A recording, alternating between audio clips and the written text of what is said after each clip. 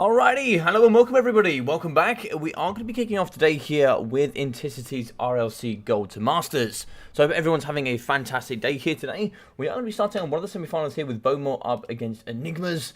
And I'll have to quickly check here which maps we're going to be on. Toothgrass Hill, as well as Prague and the Southern Chaos Wastes. So that should be pretty good. Let's find the old Toothgrass Hill here. We should be able to find it on the side. Pretty nice. So Toothgrass Hill. There we go. Hey CJ, how you doing? How you doing? How you doing? I hope you're doing very well today, my friend. Hope you're doing very well. All right, so we're going to be kicking it off with the games pretty shortly. These guys here should be sorting themselves out, and then we'll be getting that going. But how's everybody doing today? How is everyone? Are you guys excited here? Of course, we've got 1 month now until Warhammer 3. I'm sure all of you are super excited here for Warhammer 3 to be coming pretty quickly around the corner. You know, I'm super excited. 1 month, and we're going to be using 7 brand new factions, man. I can't wait. I can't wait. It should be super awesome.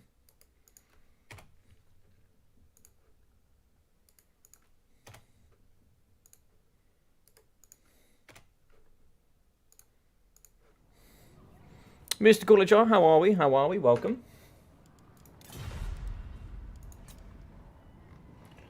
Okay. Alright, gonna grab some snacks, BRB.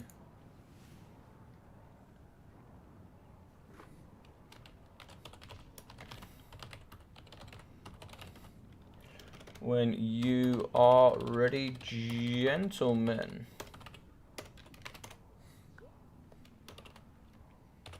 Perfect. All right. So who's your money on here today? So it looks like we are going to be having Enigmas, and we're also going to be having Bowmore. So Bowmore.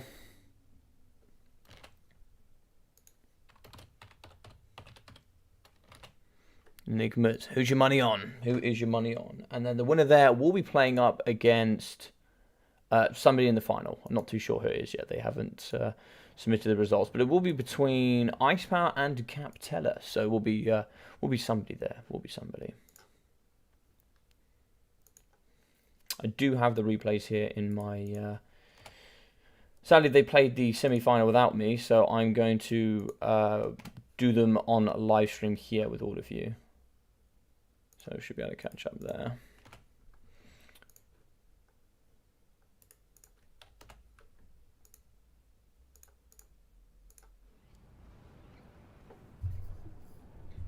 Alright, let's try Lizardmen Empire. Okay, let's do Skaven. So Empire it is. Yeah, so it looks like it's going to be Skaven against Empire. This is fairly heavily Empire favoured. But yeah, it should be an interesting one nonetheless. It should be an interesting one.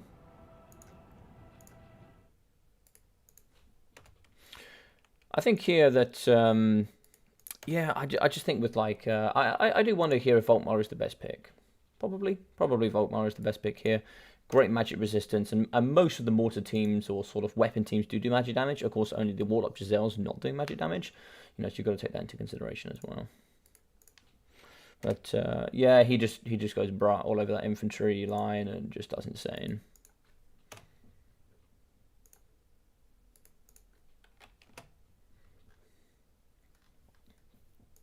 What do you guys think though? Do you think this is this going to be Empire favoured, or is this going to be Skaven favoured in your mind?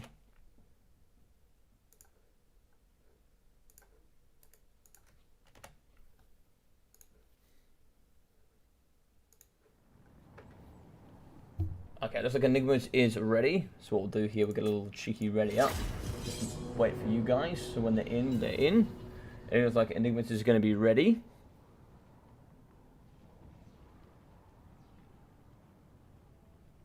We'll finish this off here, and then we'll crack on with the rest of the event.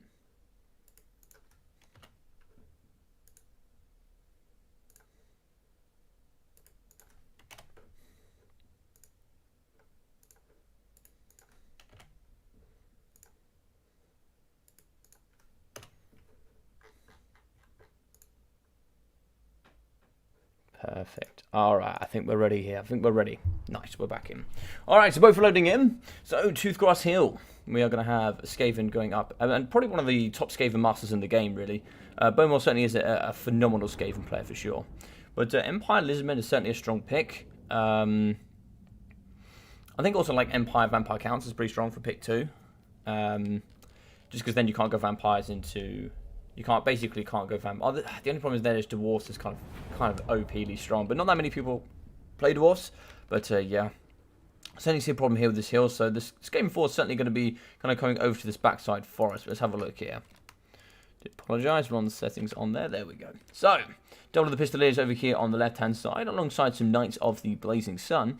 We are going to be having the Sigmar Suns, and with the double Flagellants in the front, with 1, 2, looks like 4 units of State Troops, 2 Spearmen, 2 Swordsmen as well, and we are going to be having the triple Great Cannons. Now, I've been kind of going away here from the Sigmar Suns. I don't particularly think they're worth it. I think generally just Swordsmen are absolutely fine. I'd rather take, 1 3/4 Swordsman than I would just 1 Sigmar Sun. So, the Greyseer here alongside the Packmaster. So, I can't quite see where the Greyseer is going. There's the Greyseer. So, Greyseer here in the front, the Plague with the Arcane Conduit, Vermintide, the dreaded 13th spell, Unholy Clamour with Scorch, the Potence of Venomous Doom, and the Wall of Unholy Sound. On the side here, we are going to get the Packmaster with just, what's this going to be, Scurrying Stone and Frenzy. And he's also going to have Regeneration. So pretty cheap there. Pretty cheap. He's not going to be getting the Healing Aura. So Natty Bobo Sharpshooters in the middle. And looks like here a bunch of Clan Rats and Skaven Slaves dotted around the pocket.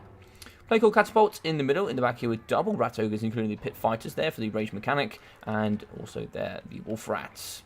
In the middle here, Poison Wind Globes. Skaven Slaves on top. Yeah, pretty standard build. Pretty good stuff.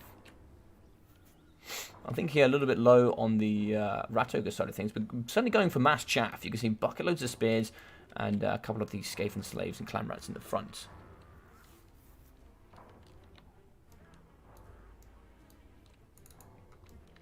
Who do we get as the Lord choice? Yeah, so we are going to get Voltmar the Grim alongside a Bright Wizard. Yeah, I think Bright Wizard is okay, but not brilliant. Burning Head Fireball can do okay. Kindle Flame, I think I prefer Spirit Leech here. And Amethyst Wizard for me is certainly better in my personal opinion. Let's see what we've got here with Volkmar. Did he bring his Banishment? He did bring Banishment. So Grand Soulfire, the Grand Shield of Faith, the Grand Hammer of Sigmar, Banishment, and of course the Jade Griffin. Now he does have 40% magic resistance. He also has missile resistance of 15%. So any sort of incoming missiles there from the weapons team is going to be getting negated by 55%. It's just huge. It's just huge. Because I believe pretty much all of their mortar teams do magic. It's poison mortar teams magic damage, but they do AP. They do AP. And what is it, 100 armor? 100 armor. But he now cancels the chariot. So you've got to be careful there with him. Got to be careful. Hey, Cap, tell us how you doing, man. How you doing? How did your games go versus Icepower? Hopefully they went well. Hopefully they went well. And Nutty Bobos, I'm always very surprised that the sniper teams don't do magic damage, because these do certainly fire Warpstone for sure. You can see, look at this. Look at these rifles. They're so goddamn cool. I love how they kick the shields as well. I love how they kick the shields when they start scurrying back a little bit. They kick them forward. Ah, it's hilarious. I love the animations. Who is the Empire? The Empire here is going to be Enigmas. Enigmas. I'll be setting up a scoreboard after this one, and then we'll be kicking off with the scoreboard there. I just thought for the first game, let's not throw in the scoreboard, and then we'll go with that. So we've got Bonewell here on the right, and then we've got Enigmas here on the left. So you can see Pistoliers coming down the hill. I think they're just getting up there for a little bit of vision.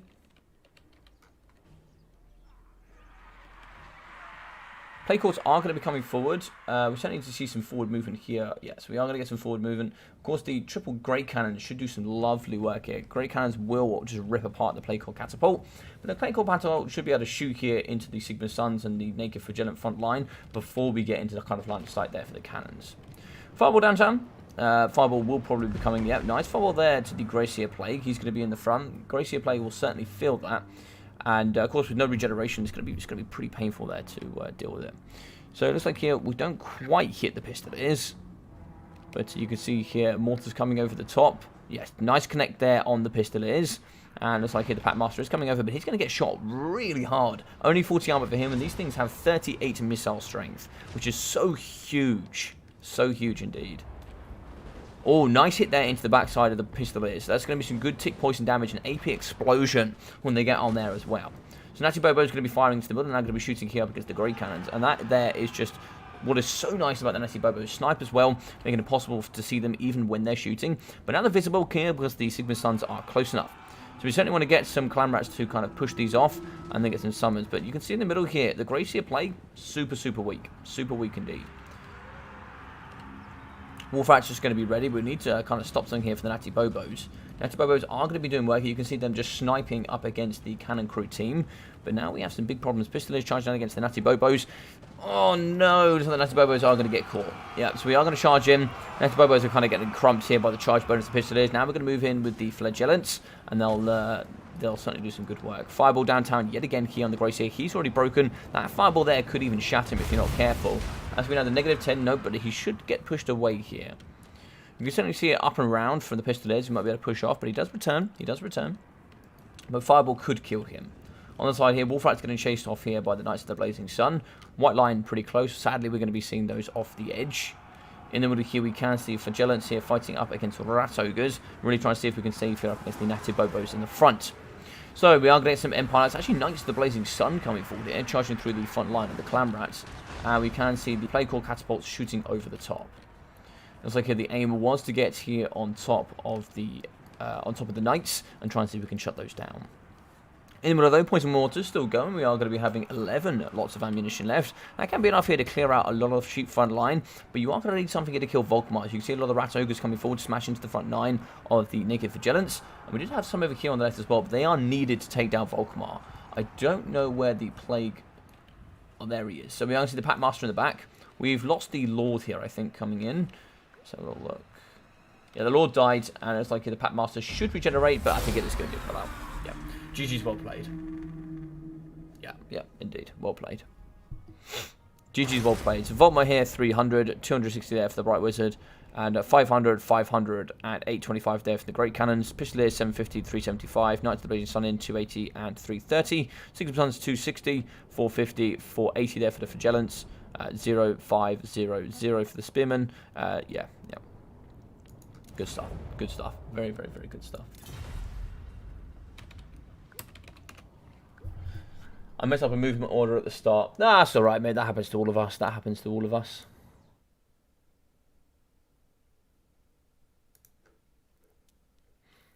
Alright, so now let's get the scoreboards up. It will be the same as from last night, I imagine, actually. Let's just get these going. My apologies. So let's organise these. So it should be a 0 here to Bowmore.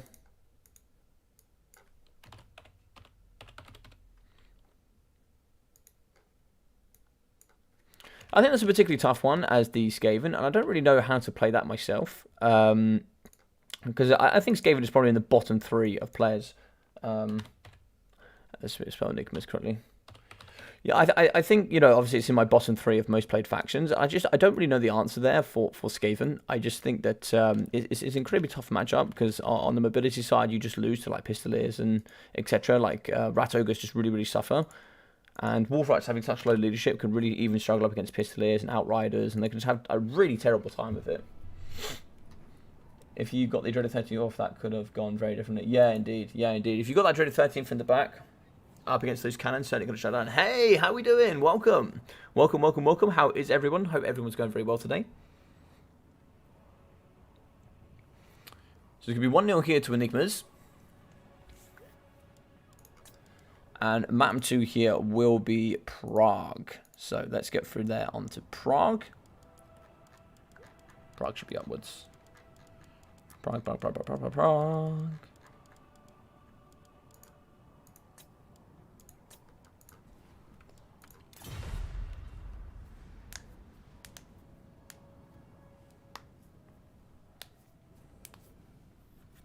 Oh, I thought it was a tactical reposition to the hill. As my green GS moved up, the army went backwards. It was a misclick. Oh, right, okay.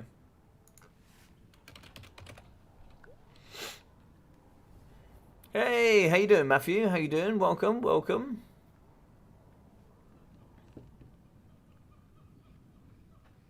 So for those that are arriving a little bit late here, we are going to be seeing that we have Bowmore going up against Enigmas. So Enigmas takes the first win there with Empire going up against the... I see the old one. It's Prague though, right?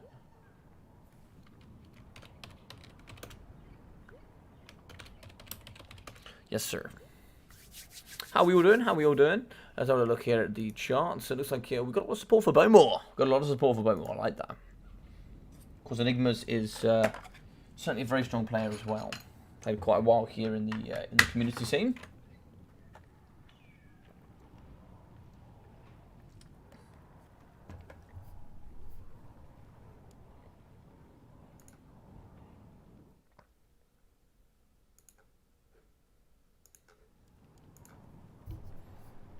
It's grudging time.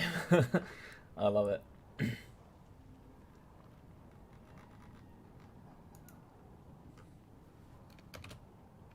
I assume Bowmore's thinking what to pick and ban here. His trusty Skaven is gone. I know he plays Vampire Counts, so we could see a Vampire Count Empire here coming out of him. I think that's certainly a very, very strong pick. If you want to go like uber meta, you just go Beastmen, Lizardmen. And then what you normally do there is you force the Beastmen mirror. It's normally the way to go with that. Yeah, but it all depends on the pick two. On the pick two, you know, sort of you can force quite a few weird matchups.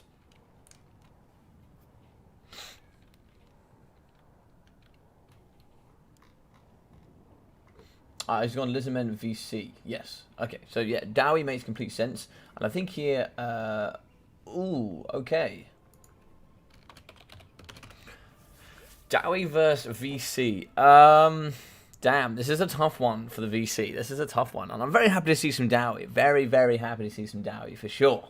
All right, so it's going to be on Prague. So it really depends what side Enigma gets. I think he's got the top side. I think he's got the top side. Give me 20 stat with 4 Steam Gyros, and I'll die a happy dwarf. Exactly, exactly. Just bucket loads of miners and dwarf warriors. Just dragging down big vampire monsters. Exactly, exactly.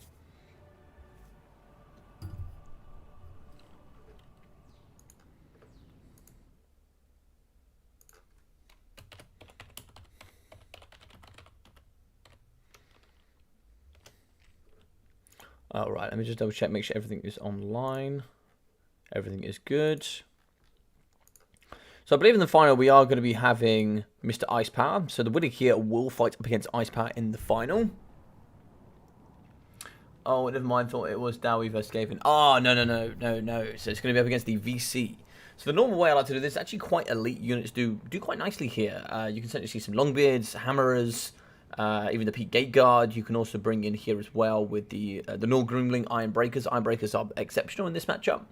You can obviously Thoric Ironbrow is obviously the meta pick, and actually I like the Double Engineer. Yeah, it's also quite nice. Yeah, I think anybody. Yeah, it's true, dog. I mean, I think anybody can win against anybody for sure. Anybody can win against anybody, but I think it's a strong 60-65% favor to the Dowie at this point. And I think the reason I say that is the fact that elite troops with 24 melee attack buff. It's just almost impossible for the VC to take them down, because you have to like overinvest in Dance Macabre, which means there's no kind of zombie summons, because you're putting your mana there. Invocation as well is always like a set primary, and then your secondary is normally like a Dance Macabre or like a zombie summon, or you're going to need to really overinvest into your Winds of Magic to make sure. Like I actually think Manfred is not too bad here, because you can just get loads and loads of mana and just keep spamming spells. But breath attacks, gating the gash down the lines of troops can certainly be quite nice. But I think it's really tough. I think actually the best way to go is maybe Heinrich Keller. Maybe Heinrich Keller might be a nice way. Yeah. Hey Zypher, how you doing? Wouldn't Liz be much better versus dwarfs? I actually think it's one of Liz's bans. Personally, I think Liz should ban dwarfs. I think Lizardmen should ban dwarfs. Okay, the Dowie host is ready to march. Nice, let's go. But yeah, I think dwarves have some nice stuff with Thoric Ironbrow. He really brings some amazing stuff to the front line. Yeah, Lizardmen's tough. Lizardmen's tough because I think you've got like Longbeards, which are good standard. You can come with AP or heavy on the melee defense. Things like Saurus have just... I mean, Saurus will beat Longbeards, but it's an absolute age. And by then, you're Thunderers and all of these things. And they've got immune to psychology, so you can't terror out them. And then all of your elite troops as well can come with ITP. You also get ITP as well with Thoric Ironbrow. You grab extra armor for Thoric Ironbrow. You can do all sorts of manner of things. And actually, Longbeards coming with Rune of Doom will actually beat Saurus now. They'll actually uptrade over 800 value. So it is really, really hard for the Lizards. BC Dwarf seems fairly even. Maybe the NG Smoke Bomb helps. Double Coach and Vargeist used to be terrifying. I think with Vargeist, like for me, if you bring Rune of Slowness and you bring... Because you can bring double Flash Bomb. You can bring double Flash Bomb in this. So if you go double Flash Bomb and Rune of Slowness, you just slow them. Just slow them and shoot them. And bring your Slayers. I always bring 1 or 2 Slayers in this, and you just slow Smoke Bomb. So in the free rules, you can bring double Smoke Bomb and Rune of Slowness, and you just slow them. And then you Rune of Speed them with some Slayers, and they just chew right through. They just get in there and they do the absolute butchery, and they just finish them off. Yeah. Yeah. So this will be fruit rules, not the banner rules.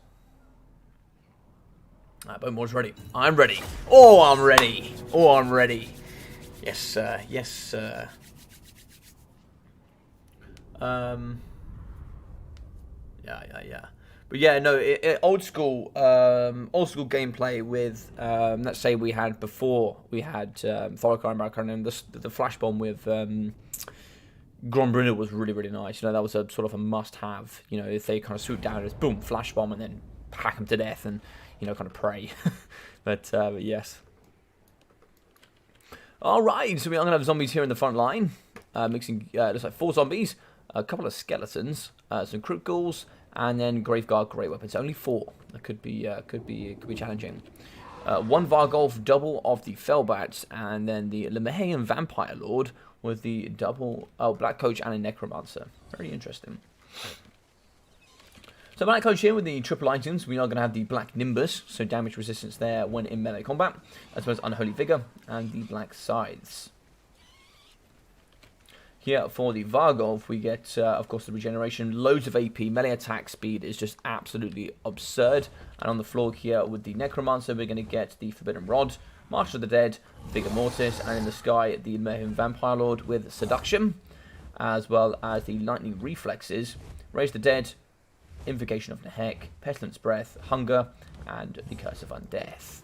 Yeah, that's pretty good, pretty good. And the Graveguard. Now, this should be interesting to see if this works. So, it all comes down to the Dowie here. Dwarf Warriors, Peak Gate Guard Hammerers, Dwarf Warriors, Bugmans. It's an interesting choice. With Ulthwar Raiders, Ironbreakers, Grumbling Guard here in the front with some Dwarf Warrior Great Weapons. Double Thane with Thoric Ironbrow.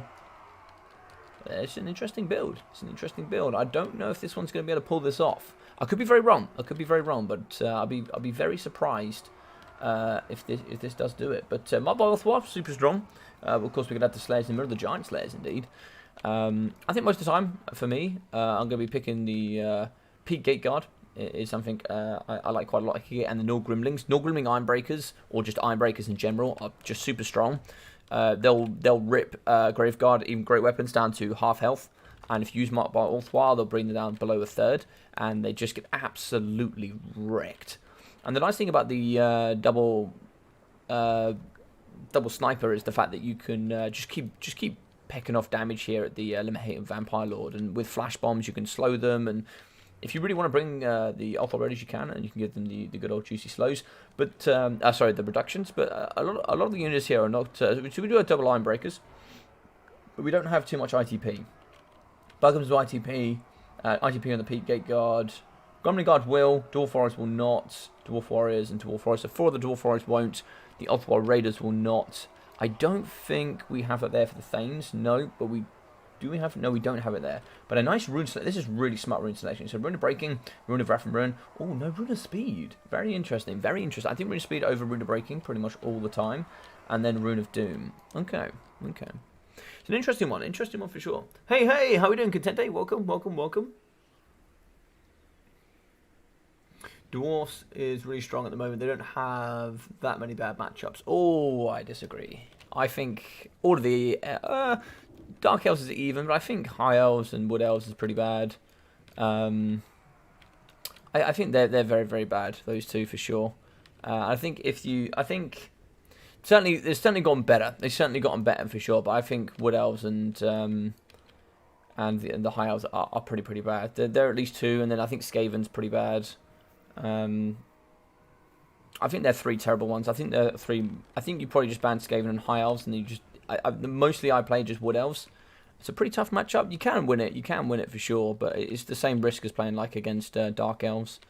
It's a bit kind of bit build roulette really, I think. Besides, you can always summon zombies to shut down Artie. Artie isn't a huge problem, just dodge on the way in. Sorry, which yeah, I think DE Dwarfs is like probably slightly dwarf favored. But no, I wouldn't bring artillery in this. Artillery is a mistake in this matchup. You bring the martial engineers and you do the poke and you do the poke and stroke. You do the double poke and stroke with the flash bombs, and you just slow down the vampire lords. You slow down like the Vargulfs and stuff, and then you just smash them with the slayers, or you hit them here with the Ulthwar raiders. You can do lots of good stuff. And then you probably don't need Rune of Slowness, but I'd definitely probably take like Rune of Speed and maybe Rune of Breaking, if possible. Or you could take the 40% damage resistance is also quite nice. You can use that on Thoric, just in case he gets in a bit of a mess. Or actually use it on the Slayers is actually not a bad option either. But Fellbat's coming around the right-hand side. Looks like they're going to get a nice slow surround. This is certainly the way that you need to play here as the VC. You need to get a nice slow surround and then attack all in one go. I see a lot of players here, especially on the Shortbeard League. I see a lot of people just going straight for it, and then through the slow units here with zombies, which is sort of 23 speedish. There's sort of a couple over over here like so, and then you'll have like a couple in here engaging, and then we'll also have a couple back here like so, and you'll have like this sort of engagement. And then the dwarves can just chew through the zombies really, really quickly, and then it's just kind of, can they kill the Graveguard sort of thing.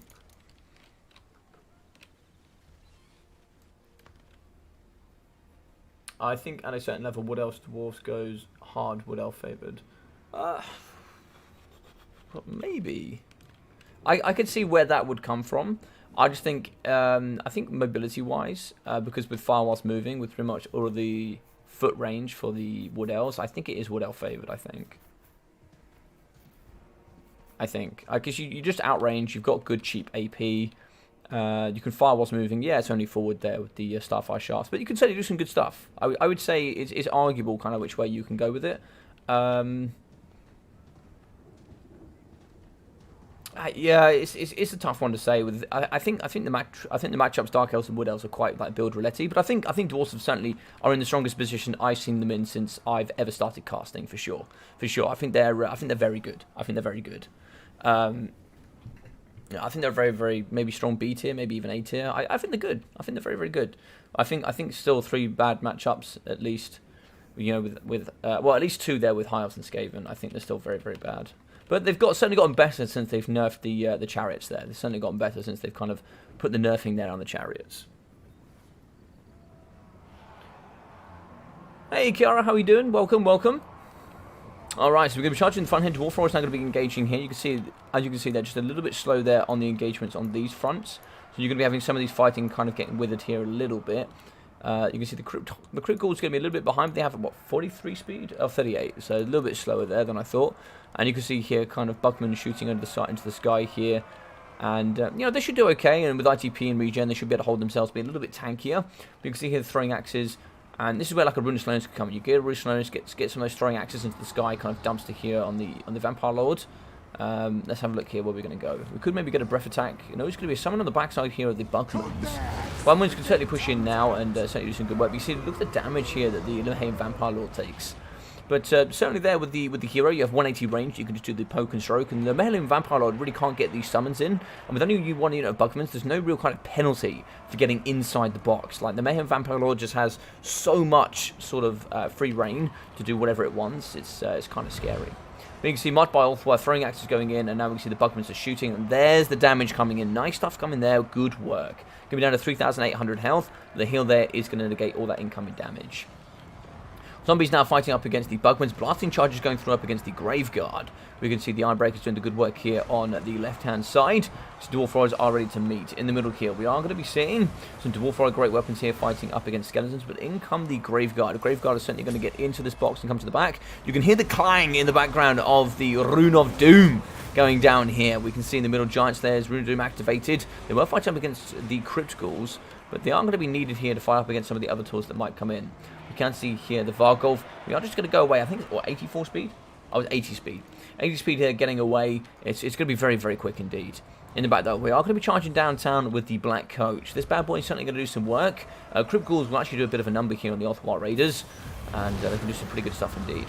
We are going to get an overcast summon of these Skeleton Warriors, actually doing a bit of damage here up against the Vampire Lord. And we are now going to see that the Felbats are on and doing some good work here up against the Bugmans. Fighting in the front here, we're now going to help out with the Dwarf Warriors. They're certainly going to get terrified here pretty quickly if we're not careful. Vargolf in the front is just going to ignore here the Grumbling Guard. Now it's going to start moving forward here and maybe try to see if we can get into the back and do some juicy work here. Ulthwire Raiders do fall, and it's starting to look a bit bleak here for the Dowie. We can see Bugmans here. They're kind of getting pressured in the back here by the double Felbats. But we do get out here. We do get out with the Lemurian Vampire. In the middle, Ironbreakers have had Seduction. Now we're going to be thumping here quite hard with the Vargolf. But in the back here, we do come with the Grumbling Guard. They should be able to do some good work here up against the Vargolf. But the Vargolf can just, kind of leave. There's nothing here to slow it, nothing here to stop it. So it's just gonna go ahead, and that's where battlefield control really comes in. Flash bombs, runes to slowness, just really, really helps here on the battlefield. And you can see now the Mayhem Vampire Lord in the sky just has free reign. It's going to overcast. What was that for? I didn't quite see what that was for. Was that for a summon? Maybe that was a summon there in the front. Not too sure. But we do take down here the heroes. Nice stuff. The Necromancer has fallen. Breath attack here down on the Giant Slayers. So nice stuff there in the middle. Although this hero core here is going to be difficult. Looks like they're going to be supporting the Dwarf Warriors here on the outside. But you can see here, this is a bit of a problem for the Dowie. One force there, kind of a little force here, and a force here. The Dwarves kind of can't play like this. They really have to be tight together in one blob and sitting together. They can't really be separated like this, because this is where the VC will use that mobility to really, really split them apart. So we are now going to start coming back in here with these. We have very, very minimal Slayers though. Slayers can be under 18 models. Very, very weak indeed. 1,100 health. Black Coach still going to be cycle charging. Could certainly get some healing there for the bad boy. He can certainly do some good work here in the later stages. Graveguard great weapons are going to be falling. PK Guard doing some nice work. Balance are pretty even here. Looks like here Dwarf Warriors, and certainly as these cheaper troops do get kind of withered down, you'll certainly be putting more pressure here on the Grumbling Guard and the kind of the rest of the code. So a rune here going down. Wrath and Ruin going to be ripping up against the Graveguard here in the middle. Nice work. Graveguard here are going to be wavering. They will need some support for sure. Critical Binding. It's going to be negative there on leadership and a bit of crumbling over time. So like here the Crypt Ghouls as well are going to be fighting. Another clang there for the Rune of Doom as we're fighting with the Double Thane and Thoric. If you come down to the Vargolf and just the Lemurian Vampire Lord here up against the Triple Core, I don't favour it for the VC. I don't favour it, but we do need to remove just this bucket load of Dowie, for sure. Ironbreaker's Rune of Doom activated, but now going to be moving back in. They don't have ITP, so you're definitely going to be careful of where this Mayhem Vampire Lord goes. So, Breath Attack here. Could we get a Breath Attack maybe down on some of the Thanes, or would we want it... maybe it has to go down here. Look, it's going to go down on the Grumbling Guard. Yeah, pretty nice work there. Maybe actually the PK Guard also would have been a nice selection choice. Armor Sundering is super powerful. Super, super powerful. Black Coach going to be cycling through. Wouldn't mind seeing it getting a little bit more action. Maybe coming like sort of around the corner here. And, certainly coming down the line here with the PK Guard. They're a little bit isolated. But it's like it's going to be charging off maybe some of these units here, the Dwarf Warriors. In the back, we do get some return there of Giant Slayers, Dwarf Warriors. We are in now. We are going to be using the Seduction, negative speed, negative melee attack as we fight here in the middle. But we can see here the healing cap coming out of the Lord Choice. The Mayhem Vampire is now going to get caught in here by very heavy Iron Breakers. Giant Slayers in as well, doing the big butchery. We're certainly going to need a summon just to make sure we can get out here. But the Mayhem Vampire Lord, Lightning Reflexes has been activated, but taking a bucket load of damage here. Certainly needs some support indeed. Vargolf will regen, so we certainly want to get that out, get that healing, and then get it back in for the nice good old juicy cycle charge. In the middle, Fellbats, they are going to be suffering. I'd actually like to leave those to the end so we get some nice push off. You can see Dwarf Warriors coming back to the midline. Of course, they'll be getting more leadership as they come closer to their lord, so you certainly want to be getting out there and putting the pressure on the flanks. Dwarf Warriors are going to be leaving the battlefield. Do we have any more here? Doesn't look like it. So you can see here a wave of blue is now going to be starting to take over the map. We are going to see the Vargolf, a couple of the Fellbats, and pretty much just the Black Coach left here with the Lord, cycle charging through the infantry. Zombies here fighting up against the Grumbling Guard. They're all going to be pretty tired at this point. You see the Grumbling Guard are very tired. I don't actually think with their aura that they can actually drop below the very tired state. I don't think they can hit exhausted. But here looks like we are going to charge down. Dwarf Warriors are going to be wavering. Are they going to get terrified? It looks like they're not. So it looks like they could get away with that. In the back here, we can see the Dwarf Warriors getting cycle charged here by Black Coaches. Fellbats are going to be struggling. Could we maybe actually get a bit of an overcast heal in here for the VC? That might actually be... Although we've got to be careful of overcasting on the Vampire Lord. Got to be careful of casting near Thoric Eyebrow, because we will just always take damage here near him. His Locus of Power just does some huge damage up against him, and you just got to be careful. So it looks like here the Vargolf going to be cycling through the Grumbling Guard. Ironbreakers as well taking significant damage here. Nothing really to write home about. These boys are certainly very, very tanky. And look at that there. Peak God actually doing a bit of a number there on the Black Coach. He's going to be suffering there for sure. Badge of Power is going to be pulling into the Darby favour pretty heavily here. Want to see some healing here from the Vargolf. Farbats are still going to be cycling through. The summon here of the zombies. And another clang for the Rune of Doom. And it looks like we're going to be trapped there for the Lemehian Vampire Lord. Cycle charging in the back though. We are going to see some nice hits there from the Black Coach. He's going to move through. Does he have Terror? He does have Terror there for the Black Coach. Very, very interesting. Oh, look at that. Straight down the line of the Dwarf Warriors. God damn it. Zombies fighting. Do we have any more breath attacks? Oh, nice isolation. We've got the Peak Gate Guard on their own, and we're going to push through those boys. The only problem is in doing that, it looks like the Black Coach did get caught, and now we are going to be forced to fight. In comes here with the Vargolf. And this looks like it could be the end there for the VC. Black Coach is trying to get out. Ah, he's looking pretty... Yeah, it looks like he does get out. Maybe we can get a heal here for the Black Coach, but he can certainly cycle here. Try and see if we can grab some more of these great weapon Dwarf Warriors. And also there, they're going to be thumping their big, nice axes there into the flank of the Black Coach. In the middle, Vargolf is going to be going strong. He's going to try and cycle through. More summons here, just going to be holding the line for the engagement. But it's like the Grumbling Guard Seduction has been activated again. And, yeah, I think here it could... I think that's going to be the end. I don't think there's enough here to get back in for the VC. The Thanes are just super, super tanky at this point, and so is Thoric. Like, you'd have to cycle charge to death here to try and get some help. Giant Slayers are still there as well, so that's how many models? 6 models still. Yeah, it's not brilliant, but they're still going to do some good anti-large punching. Ironbreakers return, and yeah, there's a couple of shatters there in the backside. And you can see just how much the Dwarfs hold on here. Grumbling Guard in the back, they're going to be down to a seriously low model count. 10 there for 300 health, and they still got 15 leadership. That's absolutely crazy. But the Vampire Lord is going very, very strong here in the middle. Cycle charge here with Black Coach. The Black Coach does fall. That would be army losses. GG's, and well played here to Enigmas and the Dowie.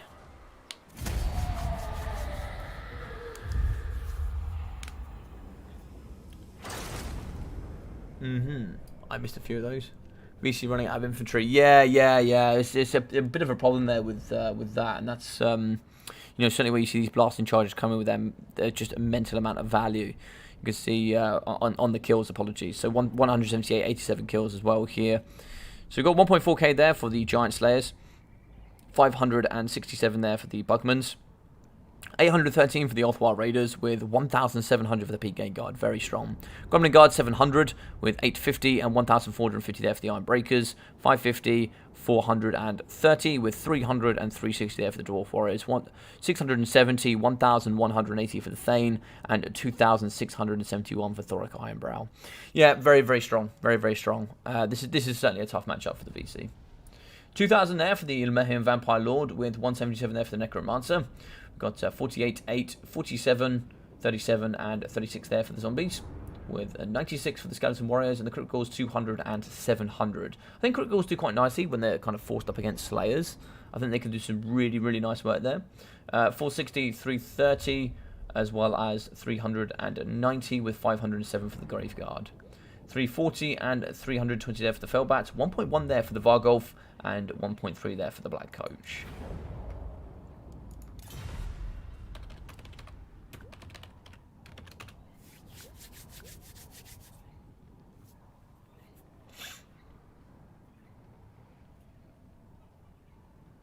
Shame I whiffed the first one.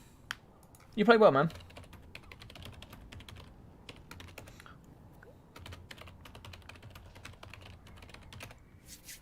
I think 2 hard matchups. I think kind of Skaven into Empire and then VC into Dowie certainly wasn't on the favourable cards for Bowmore, which kind of sucked. But that's the way the cookie crumbles.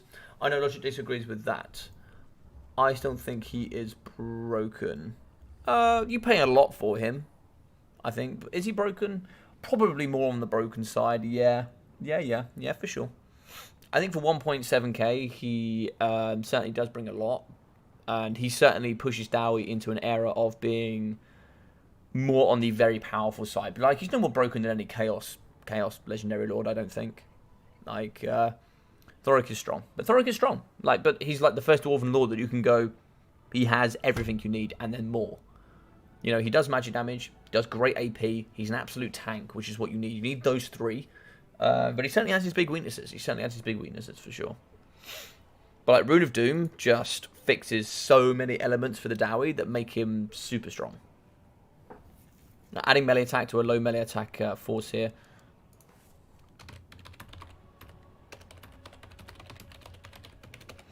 Alright, so we'll be seeing you in the final, Mr. Enigmas.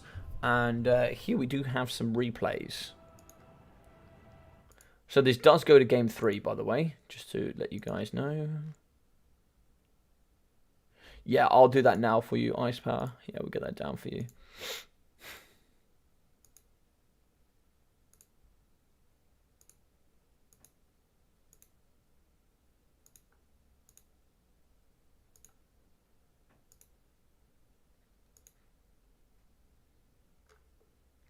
And then we'll get that there for Enigmas. There we go. Well, GG's well played to these two. I've got a couple of replays here that were sent in. So let's have a look at these. So we have Captellus. That's 1. 2. 3. Now you just can't win an infantry fight versus Dowie, which is sort of silly. Donic's damn annoying. I generally don't mind Lords being good, but they need to have counterplay. I think you could just shoot him. Like, he's not impossible to shoot, I guess. I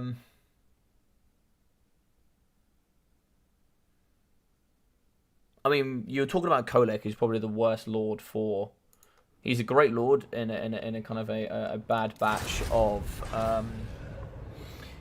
sorry, he's a good Lord in a brilliant batch of Chaos Lords, right? He's super strong. He's super strong indeed. Right, so apologies, I need to grab these. So just bear with me just a second, guys, and I'll be with you. Just got to copy these in so we can check out these replays.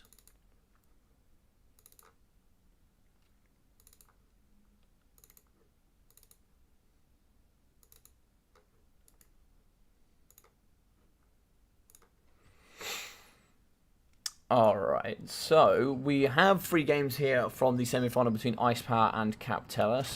The guys played them offline, so I'll show them to you guys now. So it looks like the first game is going to be, it's best of 3, and it went to game 3, so it should be pretty interesting. It's like it's going to be Tomb Kings against Greenskins for the first one, which should be a pretty interesting one.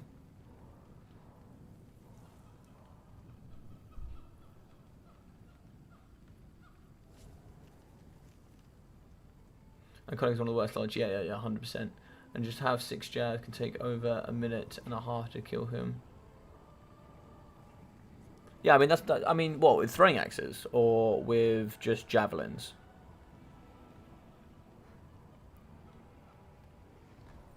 Mr. Hank Cyrus.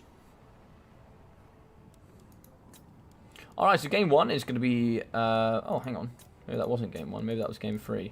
Oh, game 3 is Tomb Kings, Greenskins. We also have a Beastmen, Warriors of Chaos. And then we also have the Empire against... Oh, Empire against Dark Elves. Alright, so let's hop in here. Yeah, we're going to get some Greenskin action today. So...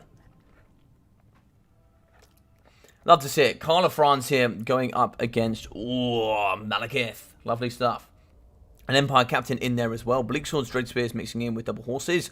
And so here we're going to get double cold ones, triple of the Scourge Runners, and double Manticores. Yeah, looks pretty tasty. Looks pretty tasty. So yeah, so pretty good stuff there. Double Manticores. Yeah, a pretty nice force. Pretty nice force indeed here.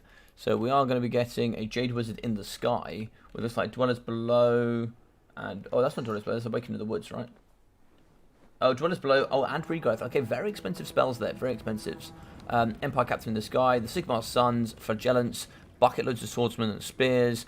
We are going to get the Hammer of the Witches. Very nice there. Free Company Militia. Archers as well in the middle. And some halberds. So going really wide here on the infantry. Super, super wide. Carl France is going to be coming forward here. And let's have a little look. So let's get a little bit of a skip on there. Looks like both sides are going to come together.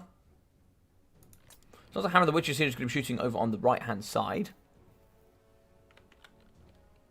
Hey, Cooker Bobs, how you doing? I tried cold ones and met no calf. Yeah, it's Scourge Runners. Did you bring cold ones here?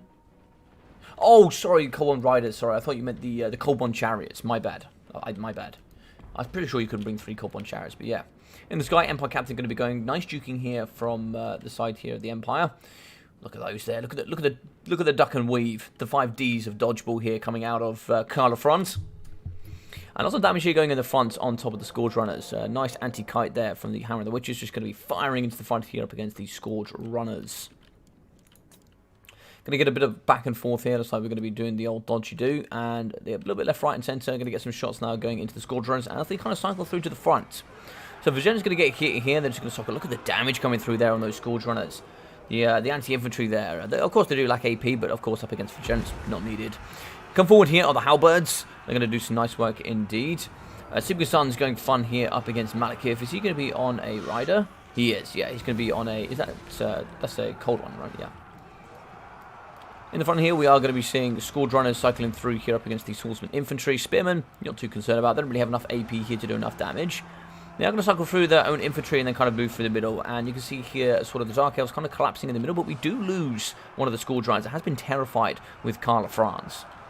France is not activating any of his buffs currently, but he is going to be thumping very hard here up against these Scourge 1 chariots. Big boy damage in the middle. Here we go. Right click Moonfang, stand your ground in the middle, giving kind of melee defense, melee attack, and bucket loads of leadership.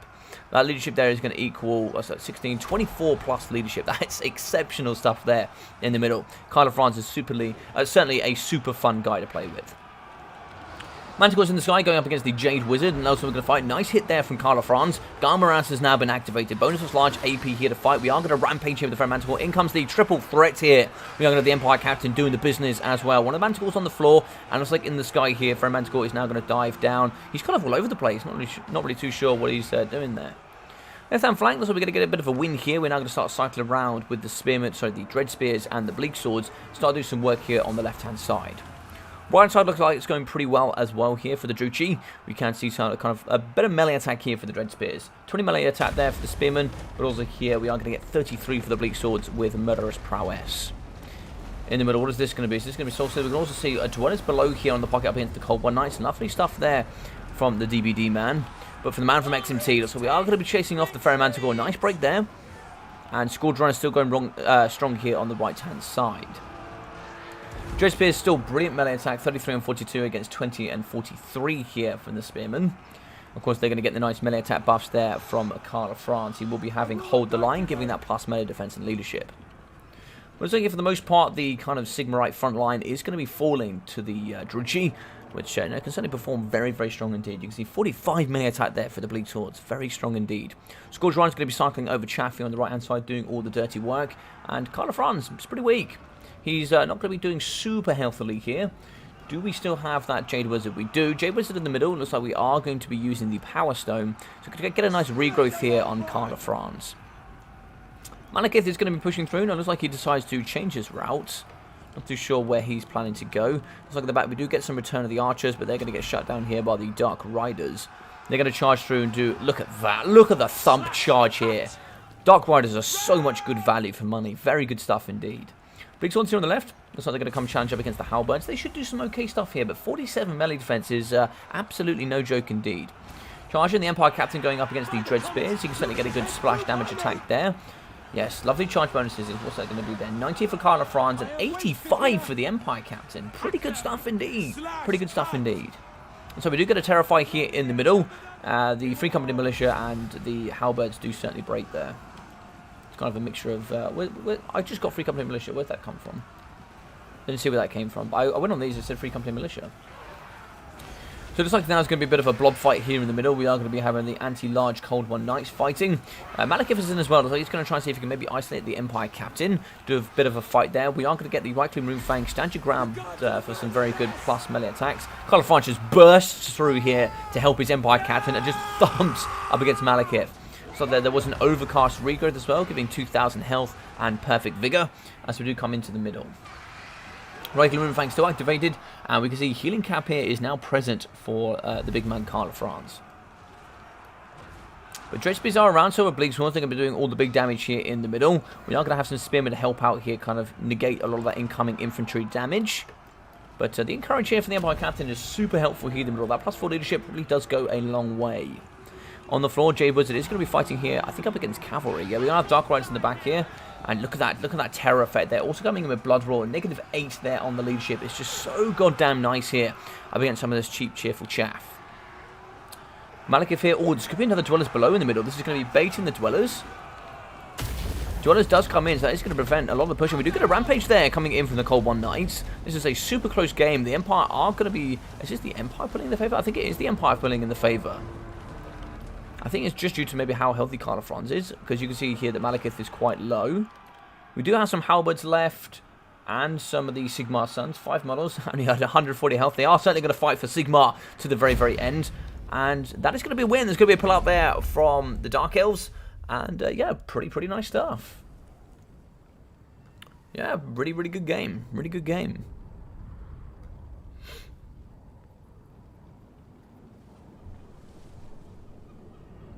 Yeah, so what we did there in the first one is we just saw the best of 3 between Bowmore and Enigmas, but these two played before I started streaming because I couldn't get on any earlier, so I'm just going to be casting them now. So 2,500 for Califranch, really good stuff. 1.3k there for the Jade Wizard, with 877 there for the Empire Captain, 66, 180, 260, 470 there for the Spearman, 170, 150 there for the Swordsman, with 470, 280, 730 there for the Halberds. 290 for the Flagellants, 655 there for the Sigma Sons, 224, 157, 194 there for the Archers, 190, and only 500 for the Hammers. I thought they got a little bit more than that, but apparently not. 2,066 there for Malekith, with 438, 750, 550 there for the Bleak Swords. So yeah, really good, 164 kills. Very nice there from the Bleak Swords. 257, 340, 424, and 320 there for the Dread Spears. 622 and 650 there for the Dark Riders, with 490 and 335 there for the Cold One Knights. 260, 815, 500 there from the Scourge Runners, with 440 and 400 there from the Manticore. I think one kind of got caught in the air on the own, and the other one was kind of terrifying infantry down below, so kind of weren't able to fight together. And of course, they're normally with Marathi, you're getting debuffs and all these kind of things. But yeah, I like seeing Malekith. Malekith is certainly a very, very cool character. Very, very cool indeed. All right.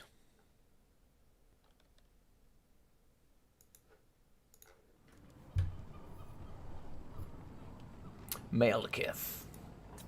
So, we're then going to go to the next game, which is going to be Beastmen against the Warriors of Chaos. So, let's go through. So, we are going to be having here Torox the Brass Bull in with a Gorbel. So, these two now count as single entity monsters under the new rulings. It's going to be 5 of these Spearmen here without shields for the Ungors. 2 Gore Herds. I think this is the non-shielded variety.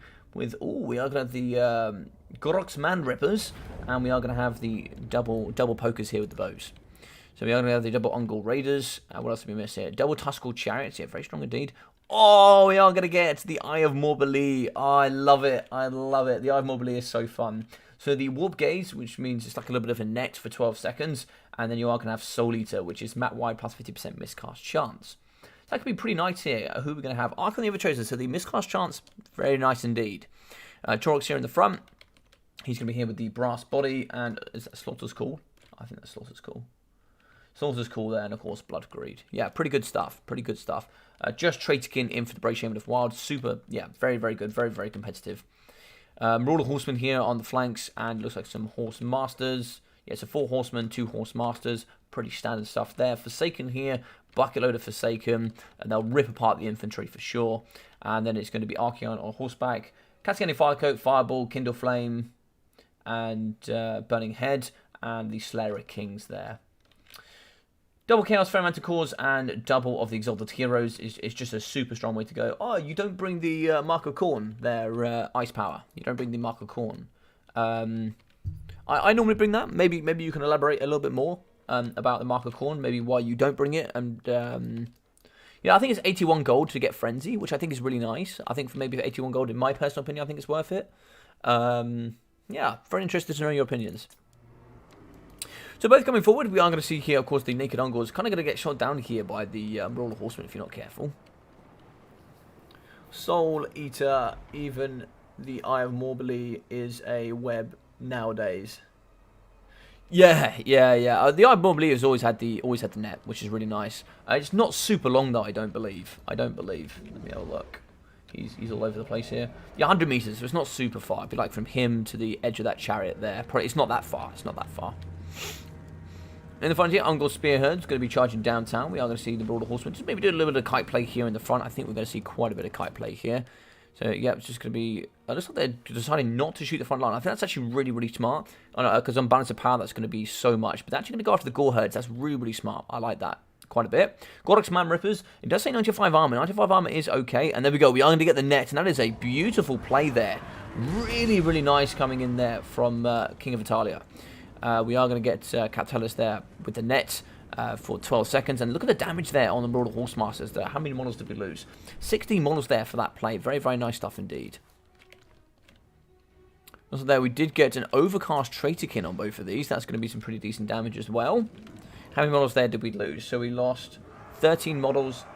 And looks like we've lost 14 models here. And then we lost 16 in the back. So a lot of the cavalry is getting well dealt with here. Which is really, really nice. Brave Shaman on Chariot. So that's the 3 maximum chariots you can bring there.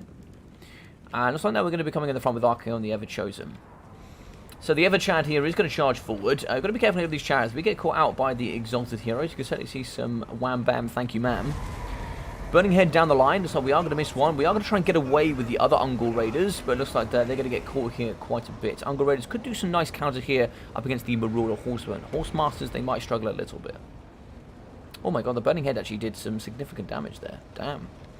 Yeah, so this time we're going to charge here up against the Forsaken, going to cycle through, but you can see the Exalted Heroes coming out with Turox. Turox here, the big brass chungus, is going to slam here into the forces. Look at that, big hit going down there, but of course, we are now going to the double Manticore, and we're going to be moving in with Archaon to try and see if we can do the big snipe here. We do have the Gore Ball in, we are going to move in with a bunch of infantry, we are going to pull him out, and it looks like he's going to get away with that, no damage at all. The brass chungus will come back here, and he will want to fight again. Humongous rocks getting launched over here by the Eye of Morbely, and hopefully we can see a bit of damage here up against the Forsaken. Eye of Morbely could be used here to kind of counter a lot of play here up against the Marauder Horsemen. Only 50 armor for him means he could get skirmished here to death, which would be sad to see. Brave Shaman's going to cycle through. Do we have the Jagged Dagger? We do not have the Jagged Dagger, so melee is not that important here, but of course on that chariot can certainly do some great work indeed. Gorok's Man Rippers are ready to move, and they kind of want to stay here with Turox and maybe the Gore Ball and have a nice little death squad here. A lot of the infantry is going to die without support though. You can see the Ungor Spearmen getting terrified. You are certainly going to be struggling quite a bit. Tuskors are going to cycle through to the front line. You see here the double Manticores and Archaon coming through. And Gorok's Man Rippers are going to bring, but Burning Head goes straight through the line here, catching up against these Ungor Spearmen. And the rock there, unfortunately, just does go over the top and misses.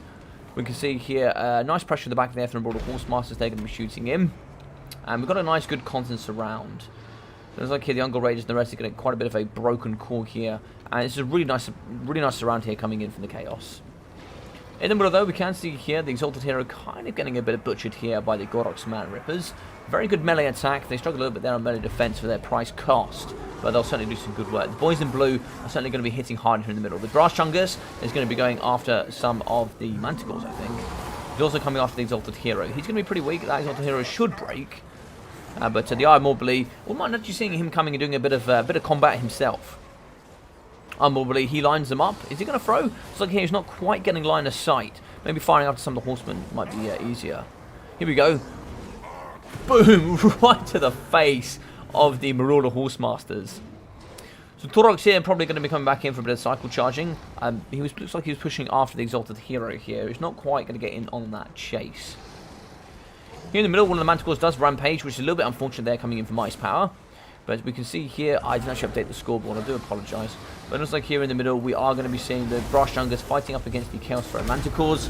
Ghoulballs are in as well, they're going to be slapping quite hard. Ark on the Ever Chosen, the Cascading Fire Cloak, Slayer of Kings, Betrayed has been activated here in this area, and that should do quite a bit of damage indeed. Torux here is going to be fighting quite nicely, but he does have Manticore Pressure alongside Exalted Hero. Nice cycle charge there from the Brave Shaman. He's going to be wavering here on the Exalted Hero, probably rear charged here I would see, but I can't get hold of it. Nah, he was definitely cycle charged though from the back. Negative 14 leadership, should see a break there. And it looks like we are going to get away with Ark on the Ever Chosen. Where is the rock going? It looks like he didn't actually quite throw that rock there. Wouldn't mind seeing the rock here, maybe kind of see if we can push off some of the Horsemasters to get some of that range pressure off of us, because of course that's going to kind of prevent that attacking position. Of course, here this counts as engaged as attacking if they are going to be throwing in some of those nice big juicy spears.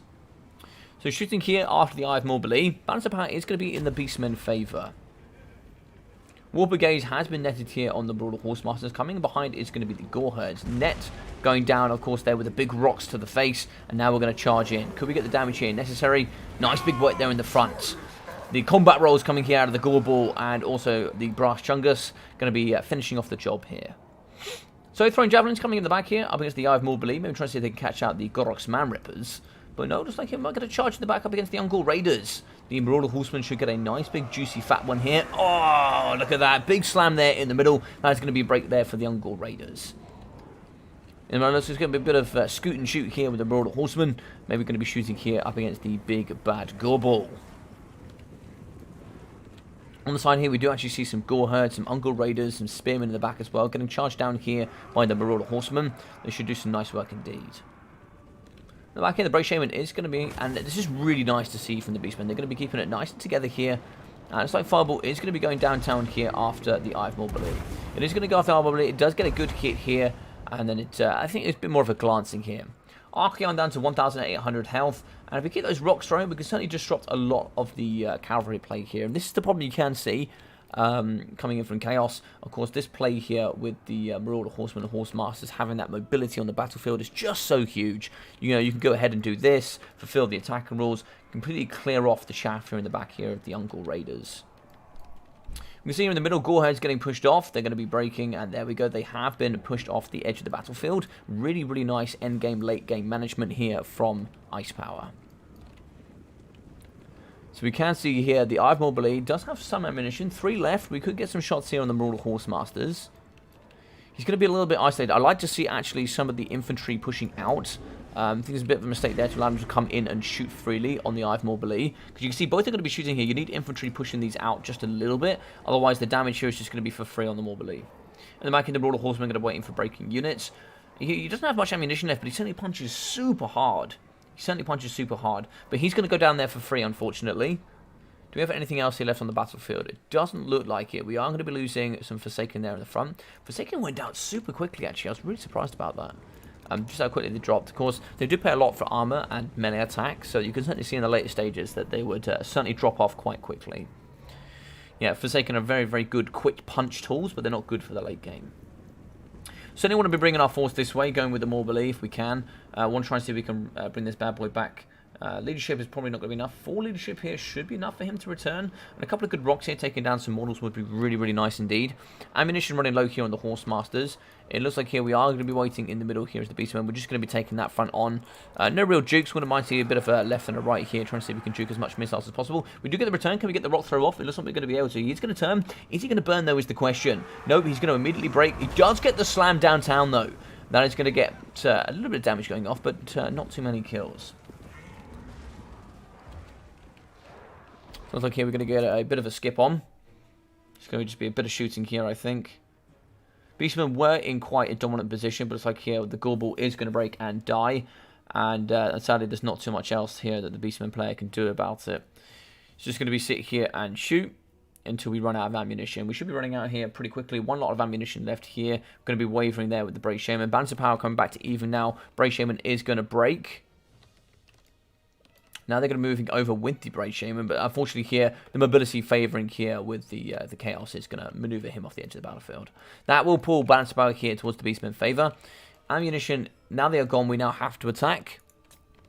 We are going to wait here for a bit of a regroup. Bit of a smart decision there from the Chaos. We're not going to get the juicy Sorrel. We're going to be wavering. I would waver as a Marauder Horseman. Like, we don't have many numbers, and I see a big brass Chungus in front of us.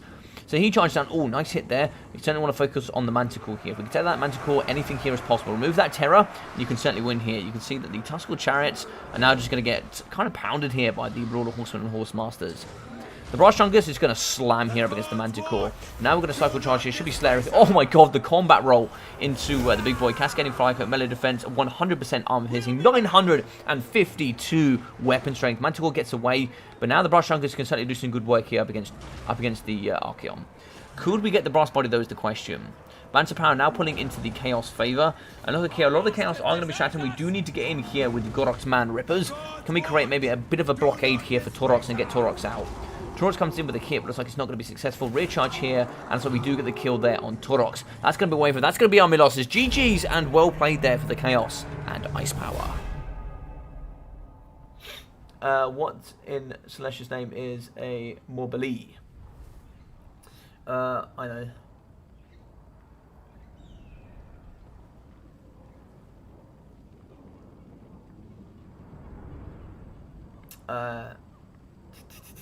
Yeah, so sorry, Ice. I was asking you earlier, Ice. What was your rationale for not bringing the Mark of Khorne? What was your rationale there? So we saw 1,800 there for Taurox the Brass Bull, 2,100 for the Brave Shaman, 1,100 for the Gobble. So nice work there between a lot of them. Really nice stuff. 2,100 there from just Traitorkin. So really, really nice work. 160, 54, 400, 51, and 230. Even Spearman here can just do a phenomenal work. 113, 300 for the Goreherds, with 1,260 for the Gorok's Man Rippers, 96, 43, with 240, 900 for the Tuskal Chariots, 1,750 for the Eye. So 2,300 for Archaeon the Ever Chosen, 400 and 400 there for the Exalted Heroes, with 500, 350, 680, and 310 there for the Forsaken.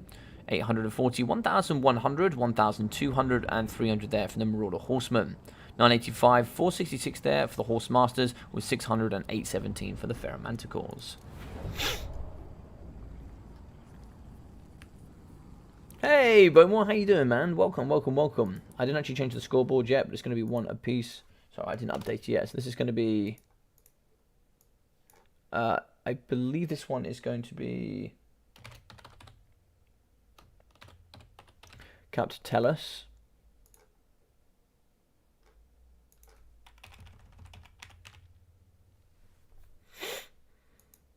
And this one here is going to be Ice Power.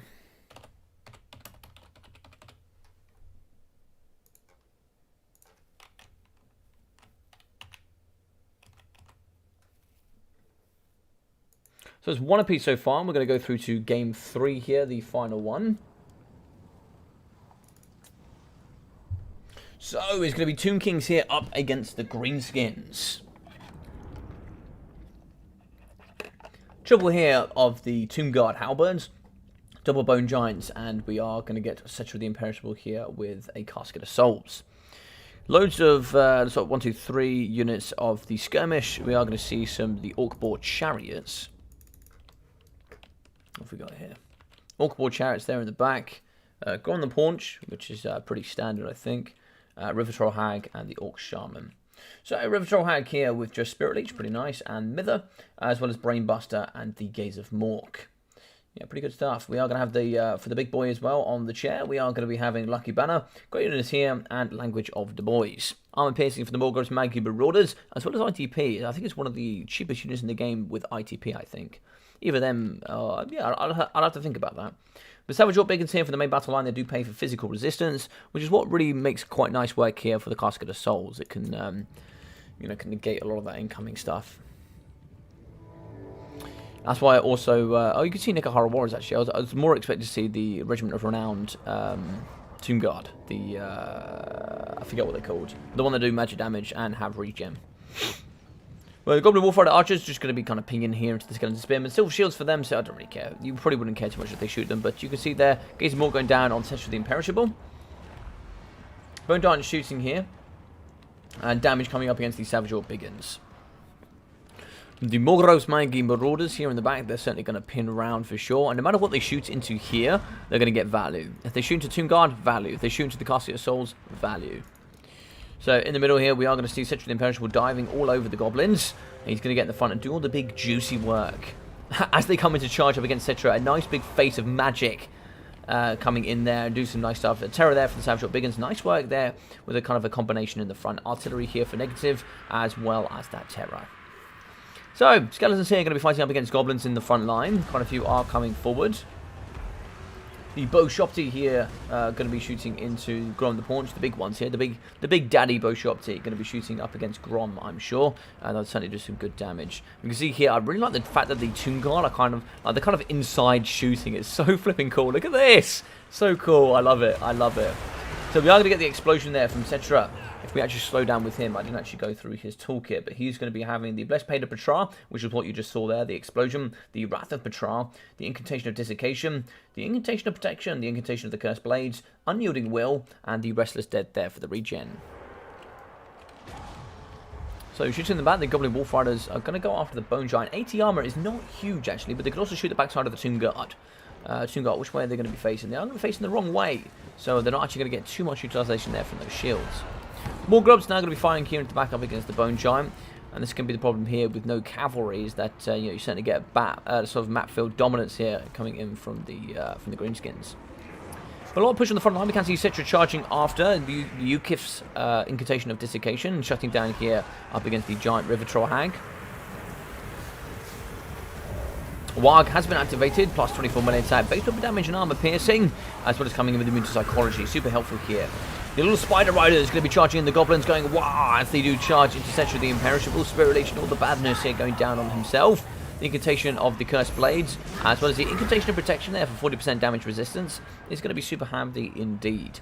Anti-infantry for the Nikahara Warriors, fighting and pushing off the Savage Biggins, but now we start to open up the pocket. And it's looking pretty bad here. We can see the Spider Riders, the Morgos Manga Marauders just deleting here up against the Bone Giants. And doing some good work indeed. Skeleton Spears still going to be on the outside. Goblins are going to kind of just go pin out there and do some fighting. Goblins are super strong in the current meta. Especially under War, they perform super well. In the middle here, looks like we are going to get a summon. We are going to get in with the Tomb King summon here for the Ushopti.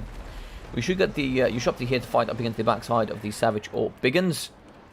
And here we go. Oh no, look at this. The Night Goblins are just going to thump straight through the line of the Tomb Guard Halberds. Lovely stuff. We can see that did actually kill any. It looks like it didn't kill any of them, but it did a load of damage. Okay, very interesting stuff. We're going to thump there for sure. Very weak for the Bone Giant. The Incantation of Protection has been activated, but we are going to be crumbling negative 34 leadership.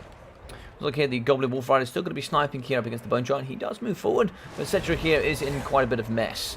Balance power is going to be even, but I'd say this is certainly Greenskin favoured at this moment. There's really not much they can do. Once that Bone Giant does fall, there's going to be a lot of damage output gone down the drain. 9 models here from the ammunition, still ready to be used. Morgrubs certainly had a fantastic field day today. I imagine they must be at some absurd value already. That's them there. See the value here. 1,250 absurd value already. And only 188 there from the Spider Riders. Goblins still standing strong. We've still got 1, 2, 3, 4 units left on the battlefield. One there is going to break, but we are also going to have quite a lot of Savage Orcs. War getting activated for the second and probably final time here, I imagine. Balance of power now going to be pulling pretty heavily into the Greenskin favour, because the Cetra's getting pretty low. The Bone Giant now is in hand-to-hand combat here with the Forest Goblin Spider Riders. They do terrify, but then immediately come back. I think they actually shattered there, which is quite interesting, or maybe they actually just died, but there we go. Spider Riders charging into the Tomb Guard Halberds. We are going to see here the Incantation of Protection activated for the Tomb Guard. In the middle of the Bone Giant is going to be down to 113 health. We are going to be crumbling here, and we will see a fall. In the middle, the Citra of the Imperishable should be able to do some good damage up against the Spider Riders, but probably not enough here to terrify that quickly. And so they do get away, and the Savage Orcs now are going to pin in and do some brilliant damage up against Citra. Spider Riders coming in for a little bit of added sort of mass and support, and also an unfortunate miss there for Gaze of Mork. Spider Riders, looks like we have one lot of ammunition left here to fire. Savage Orc should be able to come around, but Citra does get away. He's going to sort of just jump around and just do all the big puppy things that he normally does here on his big Sphinx. It looks like here we do break with the Orc Ball Challenge. They actually get terrified. One model left here with 1,100 health. Looks like he hasn't been touched at all, actually. Bone Giant there. is going to be fighting. He's run out of ammunition. In the middle, we are going to be seeing... Sorry, I thought I saw something. We are going to be seeing the Bone Giant just move forward, trying to see him get a little bit terror here back in the middle. Two God Halberds are going to be still going, but they're not looking that strong. 90 models, and I think there was 22 there, but you can see they've got absolutely no health between them. That crumble there is certainly going to finish them off pretty quickly. Another unit is relatively healthy here. We can see these, actually healing cap coming out for them. Then they've got enough healing here coming in from Cetra and the passive. And you also get a bit of healing here from the Bone of the Souls. Maybe that was enough there to bring healing cap as present. But yeah, very interesting. So we can see here Savage Orcs, 29 models going to be going. And that's going to be the full there of the infantry. That's going to be army losses. And GG's well played here to Ice Power, bringing it to a 2-1 victory.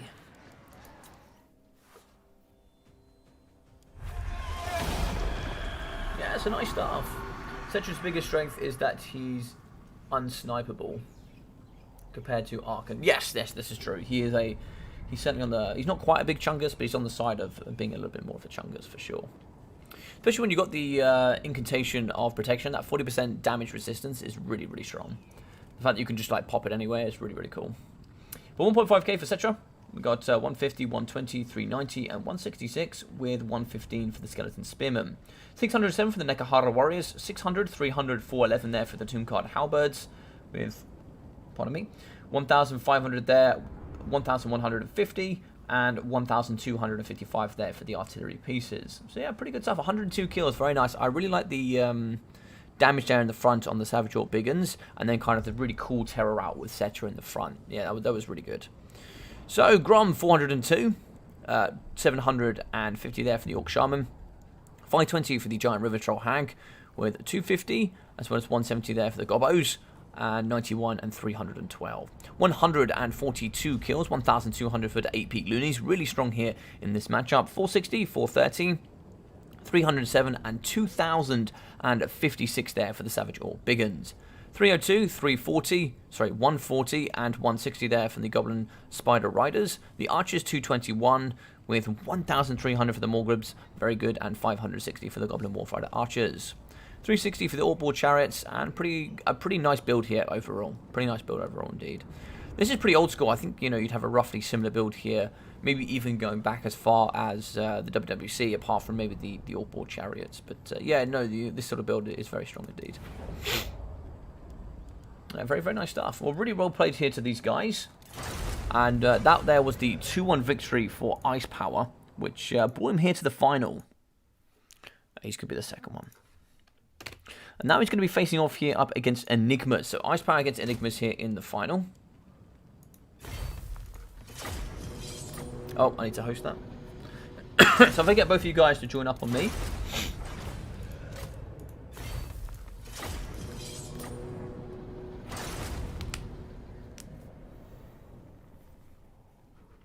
Let's open that up. Let's see if we can find Ice Power. And then Enigmas, I don't think I have you added. I don't think. I do not think so.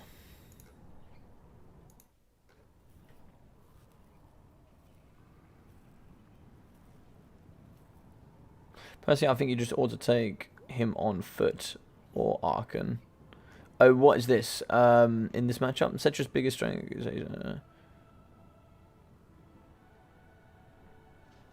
but if you buy his items and abilities, I kind of just like Cetra with just Incantation of Protection and the Incantation of the Cursed Blades. I think just those two items with his passive on the Kitty Cat, it's actually really nice against Toon Kings. Just that. That's it. I don't actually take him with anything else. And then I actually do like the Sphinx of Yusef. I think it's roughly how you pronounce it. Well, yeah, well, no shame in it at this point. At this point, you can just admit you're a Grom main. Yeah.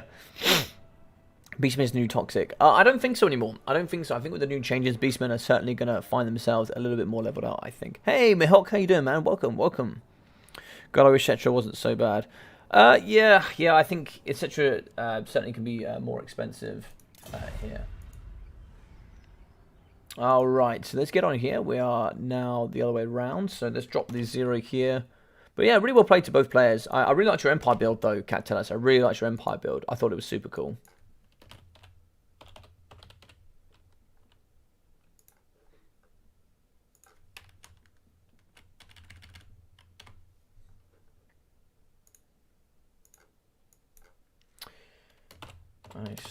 power. Cool, that'll fit in perfectly. Alright, so I believe it is Enigmas. Yep, it is Enigmas to pick first. Nice.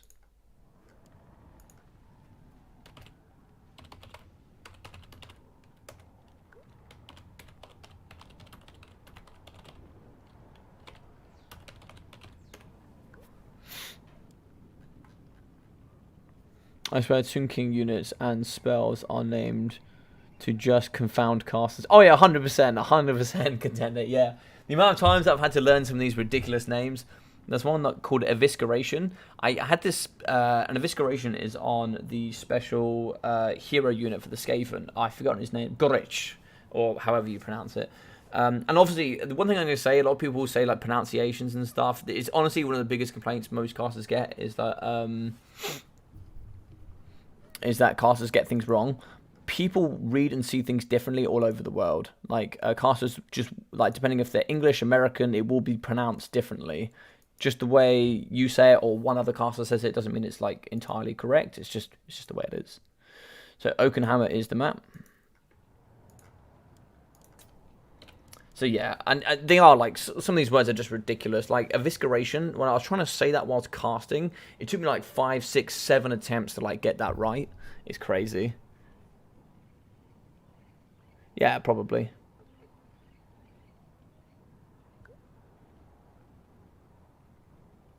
Yeah, Empire players more and more often playing as Dowie. Oh, I mean playing like Dowie, do you mean? I'm sorry, I did not want... Sorry, I did not watch what I had to do as Chaos vs Beastmen. Hey, Weenan, how you doing? Welcome, welcome. So in 3 months, Torox will take Grom's place. I don't know about that. We'll have to see what the new factions are like, right? We'll have to see what the new factions are like. Kiari said, Ushopti kind of sounds like some Chinese food. I don't know why. Yeah, the Ushopti is... I'm sure there's maybe an actual proper correct way of saying these things. But, yeah, you know. Yeah, it's a strange name. There's a lot of strange names here in Warhammer. I love them all, to be fair. I love them all.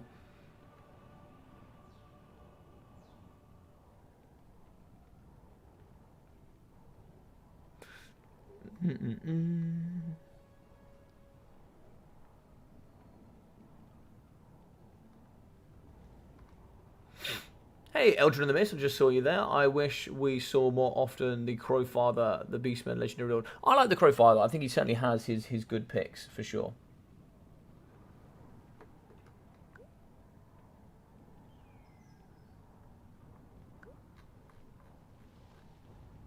Hey, Ludwig, how you doing, buddy? How you doing? Welcome, welcome, welcome. How's your evening going, sir?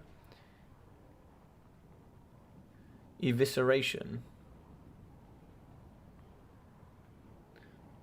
Evisceration. Yeah, there we go. There we go. But it's, yeah, it all depends. It all depends. All words are made up anyway, right? All words are made up anyway. Really hyped for tomorrow. Yeah, same, buddy. Yeah, same. Super hyped for tomorrow. Super hyped for tomorrow. So for those that don't know, those that do not know, I'll have to find this here from you gentlemen.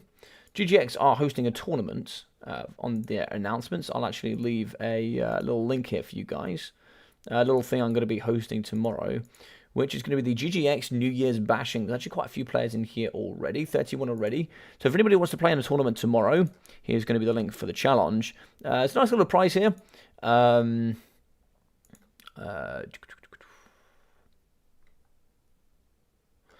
yes, on the rules here, it's just going to be, I think, I haven't heard from you guys yet what it's going to be. It's going to be best of threes, or it's just going to be best of ones for the finals. But essentially, there's going to be a nice €40 prize, like, or $45, or I think it's like probably about £30-35 prize pool there for the winner, which is pretty cool, pretty fun tournament, nice to get all involved in, and I'll certainly be casting a fair amount of it, which should be pretty nice.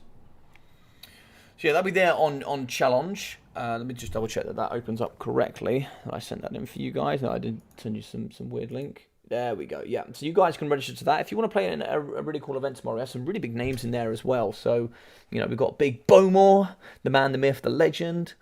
Can't wait. Yeah, some big names in here. Very nice. Lots and lots and lots of good players. Fantastic. I love to see that. Yeah. Should be really good. So if anybody of you guys want to sign up for that and have a good laugh tomorrow evening, I believe it kicks off. I didn't actually. Let me double check that. GGX is an awesome clan. GGX is everywhere. GGX is playing a lot at the moment, which is pretty cool. I really like that.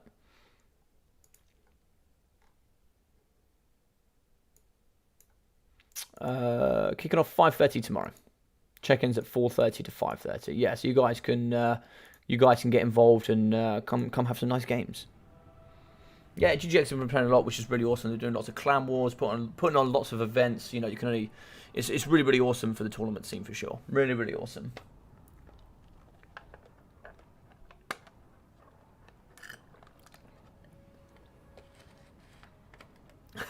I think I've lost to any player status. I think I've lost any player status since coming back after Christmas. Yeah, you and me both, buddy. You and me both.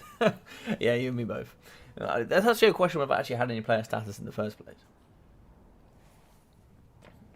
Yeah, you and me both. The last 2 days as well, I've just been trying to play as much as possible. Oh.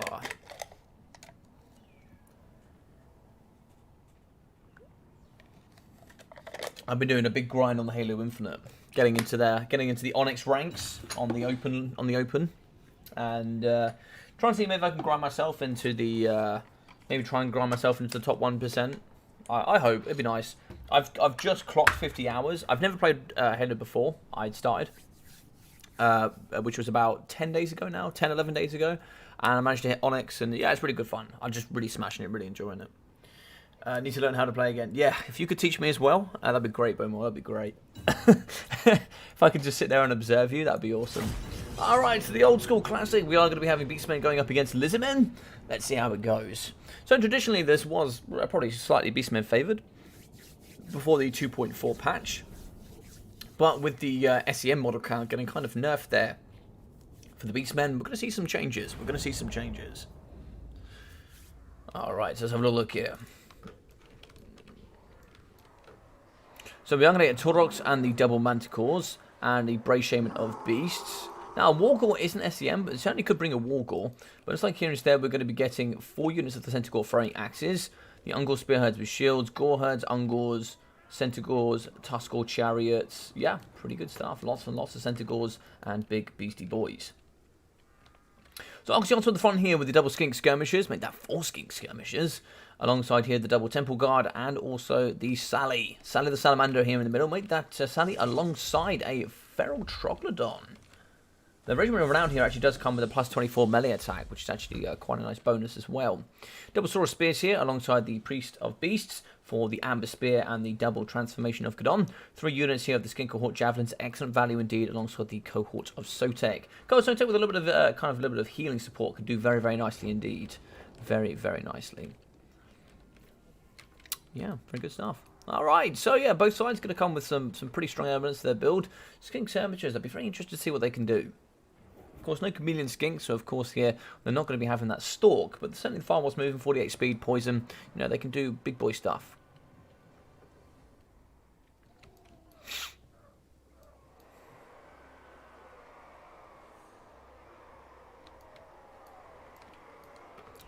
Alright, so going to get a formation like so. Yeah, so looks like we're going to get the Tuskors in the middle here. We are going to get Centaurs kind of dotted around the outside. Looks like on the flanks we have a little bit more of the axe throwing sort of potential. Maybe sort of that protection to kind of push off some units. And just going for a wide chungus line of Ungor Spearmen. Looks like the Manticores are going to need to stay close here to Taurox. And then of course here we are going to have the Brave Shaman in nice and close. You see these guys can't vanguard these 4. So actually that's why it's quite nice. Side-on push here, and what you're trying to do here with Ice Powers, you're trying to see if you can force a flank and do some nice work indeed. Alrighty, so I'm just going to look here now until the game starts, and then we'll just going to look like so until the game starts. We'll have to grind together, man. Yeah, 100%, 100%. I could do with some good quality games, man. Can certainly do with some good quality games. Good luck, have fun, you two. Ready? And we're in. So, So looks like we should get an immediate reaction here. I don't think... No, these don't have Stalk, right? No, they don't. But we should be able to get a nice, good... Oh, lovely shots in the front there. Oxy doing all the big stuff. The Feral Troglodon, good AP, anti-large, and poison damage here from its missiles. So it could actually wrap itself around some Tuskal Chariots, or maybe even get it here into Taurox and do some nice work indeed. Shots coming in the front here. Ancient Sally going to be doing some work here up against the Ungol Spearheads. Skink Skirmishers going to be doing some damage to the front. But you can see here incoming are these Centaurs. They're going to do some big smash and grab here at the front. But looks like here they are going to get pushed away. Tuskal Chariot's going to hit rather hard. They are going to get poisoned as well here by the Skink Skirmishers. And these are going to be the Ungols with shields, of course. You do need to expect quite a bit of kites coming in from the Skink Skirmishers. Tuskals over on the right, they are going to be getting slowed down to 60 speed. We can certainly see some Saurus Spears coming forward and kind of negating here a lot of the push pressure here coming out of the Tuskal Chariots. Tuskals are going to be wavering. Troglodon's not quite in range to punch it, but we are going to be very close to the white line here, not too far away. So we could see the Tuskals here going off the edge of the map. Here we are, have the Skink cohorts with the Javelins. They're going to be firing into the front. We do have some shields, but certainly do some good damage indeed. Throwing Axe is going to be hitting up against the Saurus Spears. The chunky boys are certainly going to be hit quite hard by the big AP axes. So Trunks and Basketball coming forward. Looks like we are going to get, what's this going to be? Beastmen, the Transmission of Gadon and the Wilson's Wild Form. One Manticore. We should probably see a bit of a counter on the other side here with the Skink Priest. That's going to be an immediate counter. So as one comes out, we'll get another scream here for a Manticore summon. So Manticore on Manticore option, Manticore on Manticore Violence here in the middle. And in the back here, we are going to be losing the Manticore from Ice Power. He's going to get shots here by the triple Skink Skirmishers. Moving over here with the cohorts of Sotek. Of course, they're unbreakable, so pretty much already having ITP. So he's going to hit fight here. We do have them wrapped around the side here of the Manticore. Should do some nice work. Should be able to get some good hits in. Now we're going to move over here and try and see if we do some damage on the Tentacle throwing axes. Throwing axes are going to get moved back, but not without getting chomped here just a little bit. You can see here pushing off, the cohort Sotek is going to be moving in range here of the Manticore, but if we keep pushing, kind of moving in this way, he will kind of get funneled off to the edge of the map. Taurox is moving over to try and see if you can aid with a little bit of Centaur support. Manticore should return, but we'll have to see here in the later stages. It looks like here the summon of the Manticore here going to be fighting up against these Centaurs. Another one in the middle doing quite a bit of damage here. It's like Sally the Salamander is going to be fighting, but I'm not sure if she's going to stay for too long. We can see that sort of orange aura, meaning it's coming towards the end of its summoned life here. Imagine that being summoned so quickly just to get pushed straight into war and then just immediately evaporate as quickly as you came. That must be terrible indeed. But in the middle here, we are going to see the double Skink Skirmishers kiting here up against the Fairy Manticore, which is going to be rampaging. Leadership is extremely low. -3, we should see a break. Lovely stuff there, but Centaurs are also going to get terrified here by the Troglodon. So lovely work there. We can actually push off with some Skink Skirmishers and do some nice work, get the Manticore off the edge of the map. The other one did return, and it's now going to be fighting there on the left-hand side up against the cohorts of Sotek. I'm sure they have refused to pop. No, they don't actually have refused to die to pop, but they are going to be fighting quite nicely. They'll do some great work here up against the Manticore. 41 melee attack with poison. Super good here up against SEMs. Here in the middle, we can see the Manticore does return. We didn't get any pressure here from the Skink Skirmishers. It's like here Enigmas is going to allow him to get away. In the middle of the Feral Troglodon, could certainly get a good thwap here into the front. Yeah, Taurox certainly takes a big missile to the face, and Oxy here doesn't really have too many places to run. We don't have much infantry left here to fight, and we are going to be seeing the Temple Guards pushing off some of the Gore Herds. But in the back here, the big Brosh Chungus, he's going to be coming in, doing all the big damage. We are going to get another Manticore summon here from Enigmas. I'm sure we should get a counterplay here on the side of the Beastmen. Manticore in the sky. I certainly want to see these bad boys coming around the edge outside and dealing here with the Manticore. Don't allow him to get his vigor back, get his health back, and, well, not his health back, but get his leadership back here and fighting nice and strong. Manticore in the middle, I think it's going to be chasing here after Taurox. It is, and of course in all sort of flying fashion. It is going to miss, but we are going to get a nice rear charge here, I think. Yeah, beautiful stuff there. Taurox, the heavy brass ball, is going to get pushed quite nicely. Throwing axes will find themselves into the face there of the Fairy Manticore. It's going to be kind of in this like nice little triangle going on here, where we have a nice good surround here. Yeah, pretty good stuff. The Troglodon's going to be thwapping into the middle here, so we're going to be shooting maybe up against Centaurs, not too sure here, maybe going up actually against the Fairy Manticore. We do actually get out here with the Ancient Sally, but she's going to be pretty beaten up. We can see here one model, 700 health there, not super healthy. We don't really have any healing here for the Beastmen, from either side, actually, to be fair. Manticore is going to be rampaging, same can be said here for the Feral Troglodon. What else is this here in the middle? It's going to be a second Manticore. So it's going to be the Summon and a normal Manticore. Kind of going ham here on the Fell Troglodyte. The Skin Priest of Beast, he's going to be fighting, getting in there, getting his hands dirty. And trying to see if we can push that off. Can we get the Troglodyte out? Cold-Blooded has been activated. We are shooting in the back here with the Skin Skirmishers, but we do get a gorgeous charge here with the Centaur throwing axes. We are going to be doing the big work, but here the big boy is going to try and get away. What sort of speed are we talking about here? It's not huge, 75. We do have 85 here for the Ferromanticore, but of course they do have to be flying. The Orange Aura here is going to show that he's going to very quickly be leaving the battlefield. So we might get a nab or two here on the backside, but it's not going to be too much to write home about. Here in the middle, unfortunately getting bullied here by the big brass ball. We are going to be seeing Oxyotl getting kind of slapped around.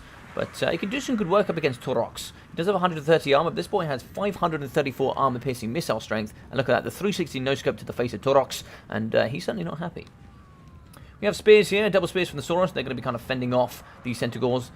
These are the throwing axe variety, so I think they have slightly less stats, but, you know, nothing really too much. In the middle here, you can see the Bray Shaman of Beast still ready to go. The Wilson's Wild Form will be ready. But in the middle here, Taurox still going to be getting hit here. Was that the Amber Spear? Where's the caster? Can't see. Oh, caster's in the middle. I think we did actually see an Amber Spear here on Taurox. Enemy Lord is dead, so it looks like Oxyotl does fall here, but we still have the cohort Sotek charging into the backside of Taurox. We do actually get some of the Centaur throwing axes kind of moving themselves into their own demise as we do fight and charge here. Beastmen are going to be taking the lead here. Dancer Power is heavily in their favour. We can see here the Feral Troglodyte. If we can beat back here up against the Ferromanticore, which looks like it is possible, if we can beat him back, we can then use the Feral Troglodyte to start shooting down up against Taurox. It's looking pretty low here, 40. We still have the poison. 3 leadership is not huge. We can see the Manticore is now going to stabilise. Yeah, we do get the break, and that'll be army losses. GG's well played here to Ice Power, who's going to be winning here with the Beastmen. GG's well played indeed. GG's well played. Really nice build attempt here coming out of Enigmas, but let's have a look here. So 740 there for Taurox the Brass Ball, 22 for the Brave Shaman of Beasts. 280, 270, 180 with 95 and 150 for the Ungor Spear Herds. We're going to get 500 and 300 there for the Gore Herds, with 1,050, 880 for the Centaurs, with 280 there for the Tuskor Chariots. 1,300, 877, 1,250, and 730 there for the Centaur Throwing Axes. So it's like we've got 192, with 950 there for the Ferromanticores. 1,200 for Oxyotl, 140 there for the Skink Priest of Beasts. So there was maybe just the one Amber Spear with a bit of melee combat. 602, it's like 274 there for Saurus Spears, with 414, 774 there for the Temple Guards. So coming quite under par there, which is a bit of a shame. They do only have 85 armor, which is a little bit on the low side for elite units such as themselves. So that can also be a problem. 360, 400, and 432 there for the Skink Cohort Javelins. 530 there for the Cohort of Sotek. Skink Skirmishers, 250, 500, 500, and 430. 950 for the Ancient Sally, with the Troglodon coming in at 1,054. Yeah, good stuff.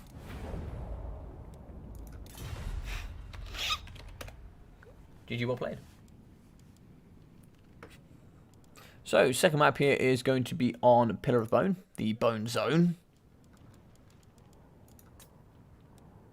Map's up. GG's. Hey, Blackthorn, how we doing, buddy? How we doing? Welcome. Hope you're doing really well.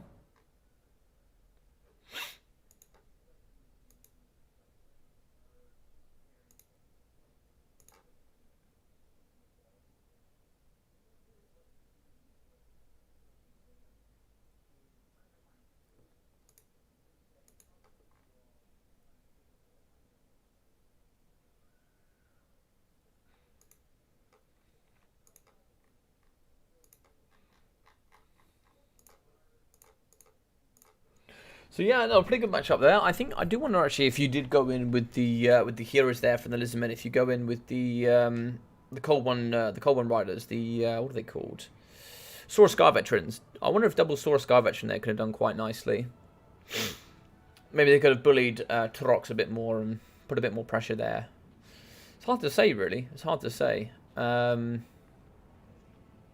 Yeah, it's really, really hard to say. But I really like the Skink Skirmisher pick.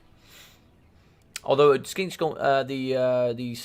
Chameleon Stalkers do really nicely. Blasting charges on that front line, just rip apart cheap infantry, and just really do the good butchery. So I don't know who picked first. So Lizardmen and Empire for Enigmas, and then it looks like it's going to be Ice Power's pick. So for him, I imagine maybe some sort of Druchii play going on here. Maybe the Druchii and something else. Maybe like Druchii and Bretonnia. Could be a good way to like get rid of Wood Elves maybe. Or so maybe like Druchii and Greenskins. Could be quite good. The fungi. Get them in there. Get them to do the good stuff. What do you guys think? What do you guys think is the best pick 2 in the game currently? Yes, there we go. Dark Elves and Greenskins. Pretty good pick. Pretty good pick. Yeah, Greenskins is going to counter the Wood Elgie play. And also they'll cancel the Bretonnia play. And I think here if we do get Empire, which I think is probably likely from Enigmas, we'll probably see Greenskins Empire. I think.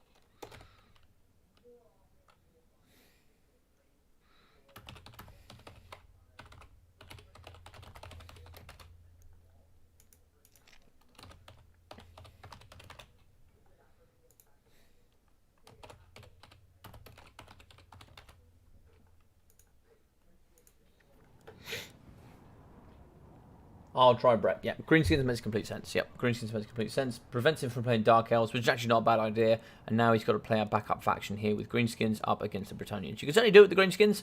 I think Leon Kerr is probably my favourite choice here. Beastmen Dark Elves is pretty good, yeah.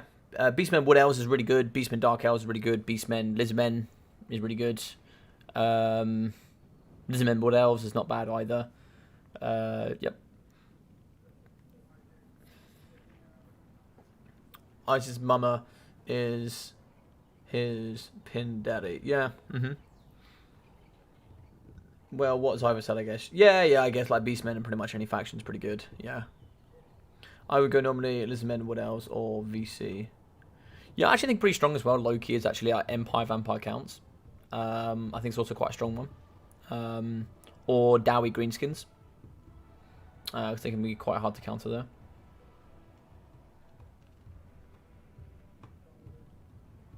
Because Greenskins sort of counters out any sort of Elgie play, and then the Dowie kind of finish off any sort of weaknesses that the Greenskins have.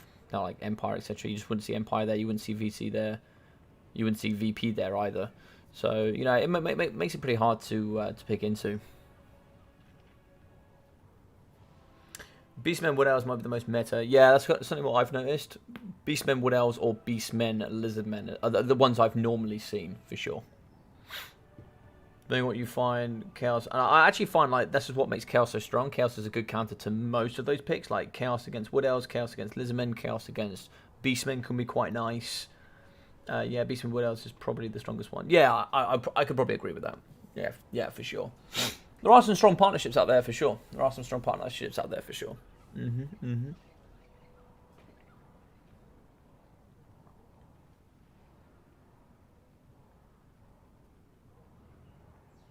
Yeah, Vampire counts does stop a lot of stuff. Yeah, it's quite nice, you know, with kind of the way the meta plays. Like, I think the reason why you don't see Lizardmen Wood Elves so much is the fact that Tomb Kings exist. You know, Tomb Kings is a nice counter to Wood Elves and Lizardmen. But as long as you can deal with, although Lizardmen can do quite nicely there, they can do if you play it smart. I think you can do really well there actually as the Lizardmen. But yeah, Tomb Kings is a beautiful counter, and so is the Dowie. Actually, I think as long as you can play Dowie into Wood Elves. Norska best, indeed. Norska is the best method. You have actually come up with the best answer all day. I actually got a win with Norska last night. So when I was playing on Twitch, I got a win with Norska against Beastmen. Under the new rule set as well, under the new free ball rule set, which is quite cool. Because what do they have? They had a Gorball, 1 Manticore. No, they didn't. They had a Wargore, Taurox, Bray Shaman with Wild Magic, and double Manticore. And they just couldn't. And they also bought the Butcher to Kalkengard. So they still tried to get that nice ball going, but they just couldn't do it. So Knights of the Realm here, including the Defenders of Fleur-de-Lis. Yeah, very good shot cavalry here, 68, and it's going to be 54 here for the men with Frenzy, and of course the gorgeous anti-infantry. We're also going to have, looks like more Knights of the Realm, more Knights of the Realm, more Knights of the Realm. Lovely, lovely, lovely stuff. Silver shields there for the Defenders of Fleur-de-Lis. Yeah, very nice indeed, very nice indeed. So Bowman, quite a bit here from Enigmas. We are going to have 1, 2, 3, 4, 5, 6, 7 units of, is that 7 or 6? 1, 2, 3, 4, 5, 6, 6. So 2 pox arrows, fire arrows as well. We're also going to be having battle pilgrims here, quite a few of those battle pilgrims. Men at arms here with the spearman shields, and yeah, that's going to be it. No cheap infantry. Double paladins here with also, I imagine, the big lady herself. Yeah, it's kind of the cheap way to go here. Chalice of Potions, Favour of the Fae, Arcane Conduit, Dwellers Below with Earthblood, and the Mist of the Lady. Yeah, very nice. Very nice indeed. So for the Greenskins, we are going to be having Gobos in the front, 5 units, including the 8 Peak Loonies. Alongside here, the Spider Rider Archers, including the Morgul's Mangy Marauders, ITP, and great AP values are very strong indeed. Fanatics should do some nice work here with the double black chalks. And we are going to have the Giant River Troll Hag here with just Spirit Lich and Mither. Goblin Big Boss, but they need Stab Him, as well as 1 unit of Orkboar Chariots. Grom the Paunch for the Greenskin main with Lucky Banner, Language of the Boys, and also here the Great Un is here. The Orkboar Boys here on either side are yeah, pretty good. I always see these kind of suffer a little bit, but yeah, they could be quite good here. The mass can do quite well, but I think they really do struggle up against the Knights here, the Bretonnians. I go Lizardmen, Wood Elves. Like me, one Wood Elf TK. I'm just not that big a fan of the Pick 2 format. Yeah, Pick 2 format is like, for me, I understand why a lot of people like it. It's not for me personally, but I think it's really good. I think, I think Pick 2 format is pretty good. I kind of like Pick 3 Band 2. I also like Pick 1 Band 2. I think they're all good. I think they're all good, to be fair. Like, there's pros and cons for all of it. Because it kind of forces you to play certain factions to make your picks decent. Yeah, I guess. It has forced me to have to play certain factions, like Tomb Kings and stuff, that I probably wouldn't have played otherwise. Before you could just play the factions you like and then ban the matchups you really don't want to play. Yeah, I think there's argument there for both sides for sure. Warriors of Chaos Wood Elves is also pretty strong, actually, depending on how you find the Beastmen match up for both. Yeah, this is true. I think, I think they trade, yeah, relatively even. So, we are going to come forward here with a bit of scoot and shoot here with the Forest Spider Riders and a bucket of the Skirmish Cav here from the Greenskins. Yeah, giving me PTSD here back from the old days. But Fire Arrow is going forward here up against the Giant River Troll Hag. Only 50 armor for her, so she's going to get hit pretty hard here if she's not careful. She's taking damage, not a huge amount. It's only 1 arrow firing in here, but we can certainly see some nice work. Arrows are going to counter here. Ice Spider actually making a bit of a slip up there on the right side. Spider Rider Archers do take quite a bit of a punch there, coming in for 1, 2, 3 units of the Archers. Goblin Big Boss here on the left-hand side. Oh, we do actually have the nice Battle Farmers. And I don't call them Peasant Mobs. They are Battle Farmers. And they're going to be in here. And they're actually going to be losing here up against the Orkboar Cavalry and the Goblin Big Boss. Charging here as well for the Knights of the Realm. Here as they charge down up against the big Wolf Rider. In the middle, we are going to see the Orkboar Chariots just cycling through. Look at that, just straight through the middle. Even down the line here, just cycling through and do some tremendous damage. In the middle here, we are going to see a Dwellers Below catching Goblins, Black Orcs, and the Orkboar Boar Boys. And they're going to do some nice stuff there. We are going to get a chance of potions on the other Black Orcs. Nice stuff here coming in from the big man. Enigma's doing some nice work indeed. Is that going to catch? So arrows coming down up against the Black Orcs. Chance of potions misses just a little bit there. You can see the Black Orcs kind of getting caught on the edge of the battle. Pilgrims. So over here we can see some more of those battle farmers doing some nice work here up against the 8-peak loonies. Going to be holding back with the spearmen. They're not going to be using too many of their little wars, the little swirly swirls, because of course there's not really too much to fight them into. Then back here, the peasant fire arrows. Alongside here, probably some pox arrows. Should be getting ready here to shoot, but of course, there's not going to be too many targets. Shooting up against black chalks, 110 armor. That's pretty hard to pierce. Over here on the side, the goblin forest spider riders. They can certainly do with a bit of ammunition coming in this way. In the middle here, we can see those grey swirls. We get the damage over time here for the Fey Enchantress. In the middle here, the black chalk's going to do some nice big AP damage. We're going to get those battle axes in and just kind of carving in the flank here of the Fey Enchantress and her unicorn. In the middle, Grom is going to be cycling through. What can we see here for Grom the Paunch? Looks like we're going to be breaking. Nice that I'm in. Mither has been used as well. Or Mither, however you would like to pronounce it.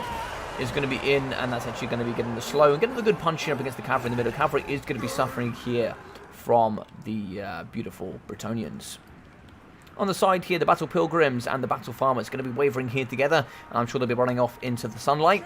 But what we can see here in the middle, kind of getting dragged down by bucketloads of arrows here. Looks like the AP is going to be enough here from the fire arrows to draw back on the Black Orcs down to 26 models, 1,400 health. It looks like they are going to be slowly taking mass attrition. Fire arrows do kind of need to turn and burn where at all possible. Spirit Leech has been put. Going down here on this Paladin. Why has this Paladin been targeted is the question. Is that going to be the one with physical resistance? That is going to be the one with physical resistance. I think I probably would have targeted the one here with Guardian. That's certainly going to have a little bit more effect here on the battle. But it looks like here we are going to snipe the one that actually has physical resistance, which is a bit of an interesting choice. But in come the Gobbos here with those silver shields. The boys here are going to get them. They're just going to poke them, and they're just going to get out of there. In the middle here, arrows going pretty strong, but you can see the back here, Forest Goblin Spiders. They're going to be charging downhill, and they're going to get that juicy clatter into the backside here of the Peasant Bowman. They certainly weren't expecting that. In the middle here, we do get a Dwellers Below popped here, trying to see if we can prevent the Black Orcs from getting through. That is actually going to stop this unit, but the second unit, pretty weak, 421 health, 3 leadership. But Balance of Power here is going to be pulling into the Greenskin favour. It looks like Enigmas is going to pull out, and that's going to be 2-0 here to Mr. Ice Power.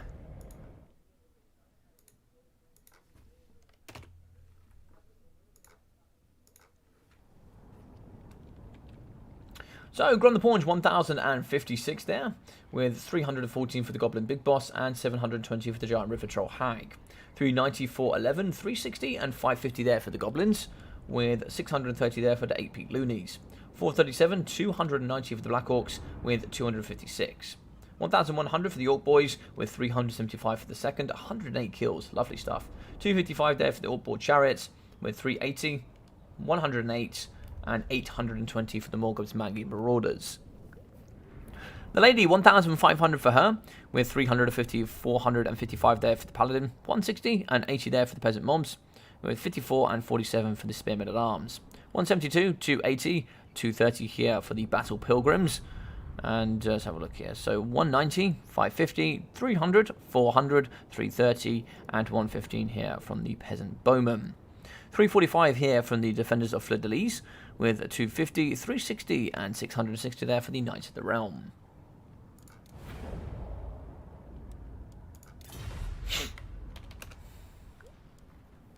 Yeah, it's a tough matchup. It's a tough matchup indeed. Yeah, Black Orcs is a big one. It is a big struggle there. It's a big struggle. My biggest problem with Pick 2 is how many more mirror matches I'm forced to play. Yeah, this is the thing with mirror matches, I feel like. Especially with the Pick 2 system. If you go Beastmen... I don't know, let's think about a good one. If you go... Let's say I can't... Let's say I think Dark Elves is a good counter to, like, if you go Beastmen... Lizardmen. Right, you pick Beastmen, Lizardmen, and it's now my turn. If I can't play Dark Elves, okay, fine, I'll go Beastmen. And then you either have to play Beastmen Lizardmen, which is a slightly Beastmen favourite matchup, or you have to play Beastmen Mirror. Or if it's like Beastmen Wood Elves, okay, cool. I'll go Wood Elves. Sweet. For sure. I think Blorks are the way to go. Or Pig Rush. Yeah, Pig Rush can do quite well here. Yeah, Pig Rush. There are some weird Brett kite builds that can work, but it's tough. Yeah, I think like 4 units of Skirmish Cav can do okay, but 6 Spider Riders or like 4 Spider Riders and double Dwarfs can be pretty soft. Hey, Parker, how are we doing? Hi Logic, hi chat. What games are going on? So this is going to be the Enticity RCL Golds and Masters. I'm not sure. It's just a tournament event. Maybe Bowmore there could drop an extra couple of drop an extra couple of notes on it about a little bit more about the tournament and sort of how this is all going to work out towards the end. GG, don't leave home without Grom. Exactly, Blackthorn. You get it.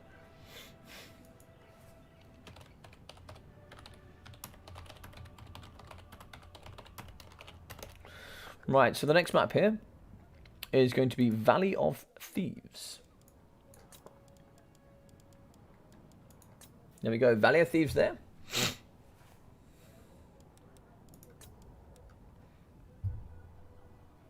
How are you, Mr. Parkerilla? Hope you're doing very well, though.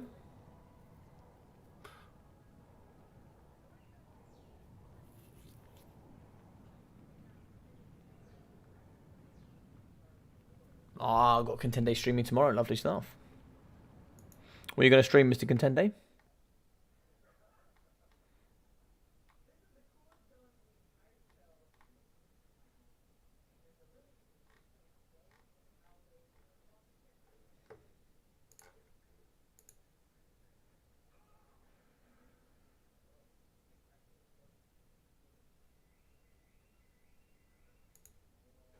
So I just got a couple of pings here.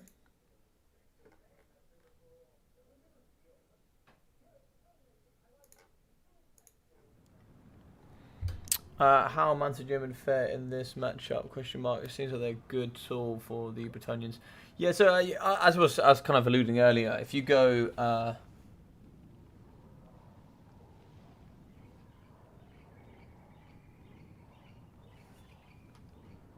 what's going on here?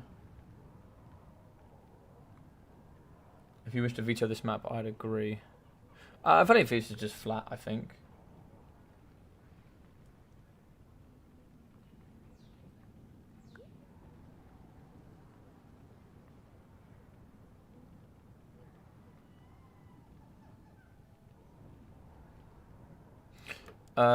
Wait, what?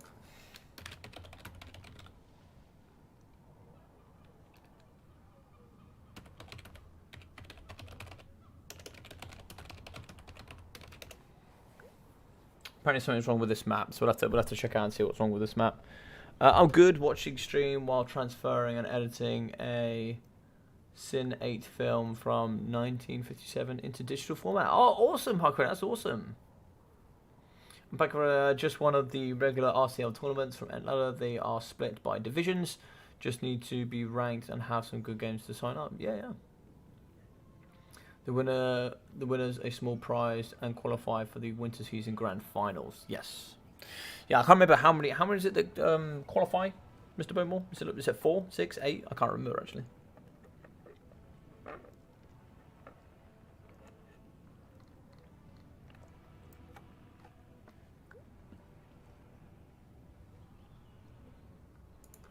Cool. I can change it. Let's go here. We'll go with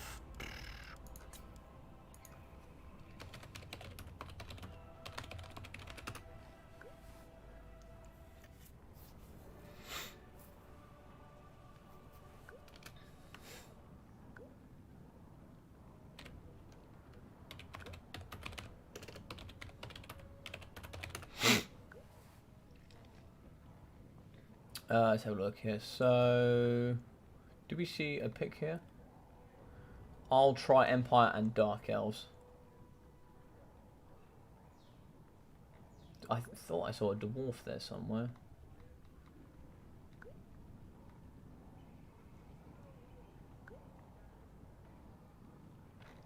Right, so we're going to get Bretonnia with... Oh, I tell you what, it's not too bad, actually, Empire against... yeah, you certainly don't want to take Dark Elves, I don't think. I think Bretonnia is going to be the better one.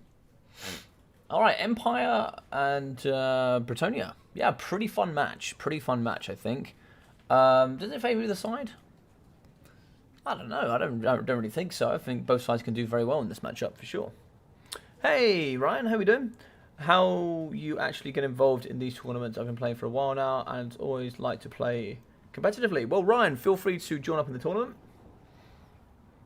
Logic, this season it's Round of 16 finals, 5 to 6 from Gold Masters, 1 from Bronze Silver playoffs, and the rest based on ELO ranks. Ah, okay, cool. Cool.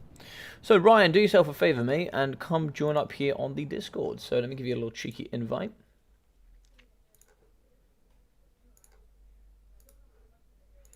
Come join up on the invite, Ryan, and then what we'll do, mate, is we'll get you in the Discord, and then me and the mods can show you around kind of the multiplayer scene. We'll show you kind of what's about, and try and get involved competitively if you'd like to play.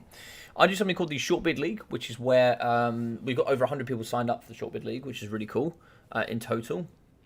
We've got over 100 Shortbeards, which is really, really nice. And basically the Shortbeard League is for brand new players. So brand new players to the competitive scene, not necessarily Warhammer itself, but because the thing is single player and multiplayer are just completely different games. They're not the same thing.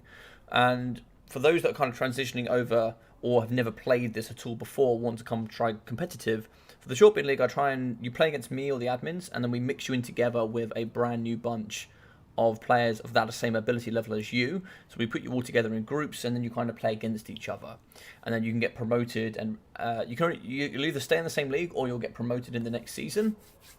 And then you kind of work your way out of the league, and you can do sort of stuff like that. So basically, your Ice Powers and your Enigmas, you won't be catching these guys here in sort of the Shortbeard League. You won't be catching these top tier players playing in that. You'll be seeing them, they'll be playing in other events. And then, I'll do my Battlemania. Then also I'll be doing like the RCL events here. I'll probably host them, probably do like some ads on my Discord, so you can check it all out there for sure.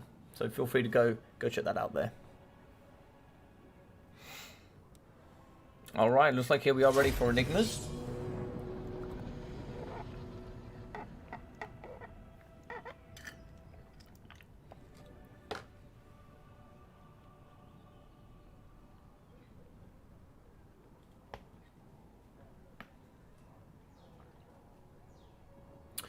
Yes, that's correct. This is a best of 5, Mr. Weenan. It's a best of 5, yeah. Hey, Bonewell, can the winners of a tournament keep playing in the future weeks? That's a good point, Captalis. I don't know, actually.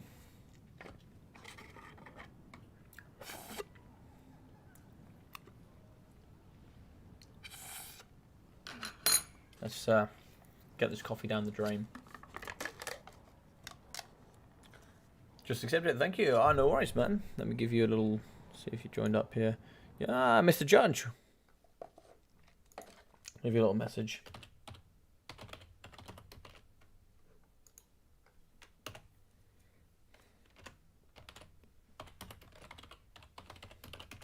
No problem. We'll certainly get you involved here in the multiplayer scene. Actually, a lot of stuff that happens here on the multiplayer side of Warhammer here for the Total War Warhammer 2 actually happens in Discords. That's where a lot of stuff is organised. Best of 5, yeah.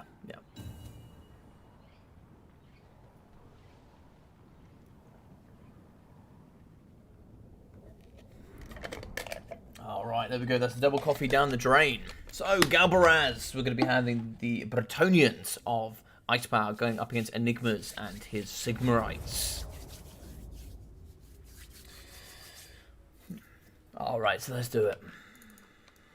So, are these some Demigryphs? Oh, baby. Alright, Demigryph Halberds, 2 units. Very nice stuff indeed. 52 armor, anti-large armor piercing weapon strength, 125 armor fear, you name it, they've got it, and these things are gorgeous. Huntsman here, 2 units in the back. Sigma Suns alongside some swordsmen, 1, 2, 3, 4, and 3 units of spearmen. Made that 4 units of spearmen. Jade Wizard, Earthblood, and also Regrowth with Power Stone. And here in the middle we are going to have the Warrior Priest here, with the Shield of Faith and the Hammer of Sigmar. I'm surprised we're not going to be seeing the Soulfire, but we are going to see mortars 1, 2, 3 there as well. So 3 mortars, quite nice. In the front we are going to have Marcus Wolfheart with the nets, and I'm not too sure that one. Is that focus shot? That is going to be focus shot.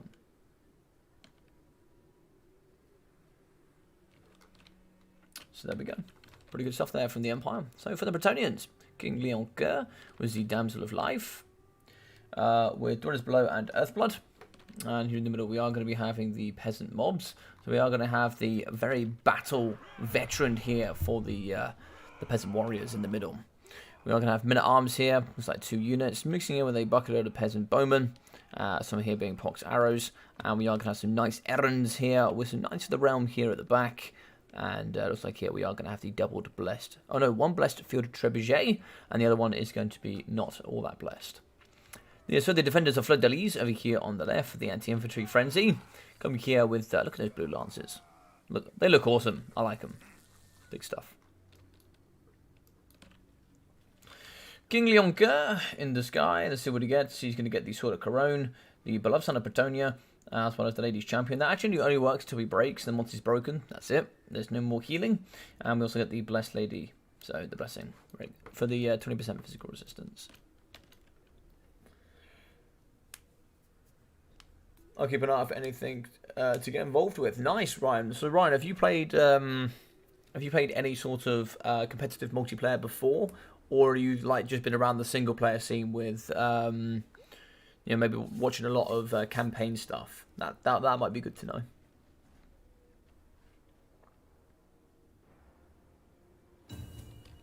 All right, let's get it on.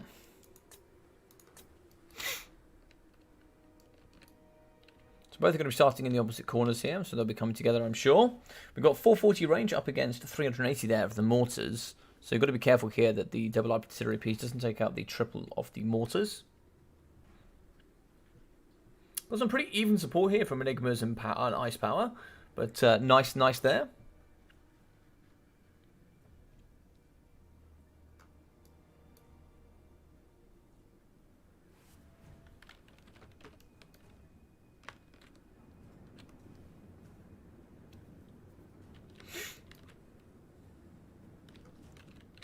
Both sides are going to be coming together. Looks like we do have the defenders of Fleur-de-Lis over here on the left-hand side. Maybe trying to see if they can get a nice little juicy rotation. Just sort of here, get waiting. Maybe trying to see if they can kind of duke out a couple of shots here from the mortars. Coming forward, looks like we are going to get Marcus shooting up against King Leoncoeur. Actually, no, he's going to change his... he must be shooting, surely. But it's like the artillery pieces are just going to be used to kind of clear out peasant mobs and cheap infantry. I'm not too sure here yet. Looks like we are going to be in range here with the field trebuchets, so both sides are going to be coming forward. Certainly to come forward here as the forces of the Empire. Certainly going to be outranged here.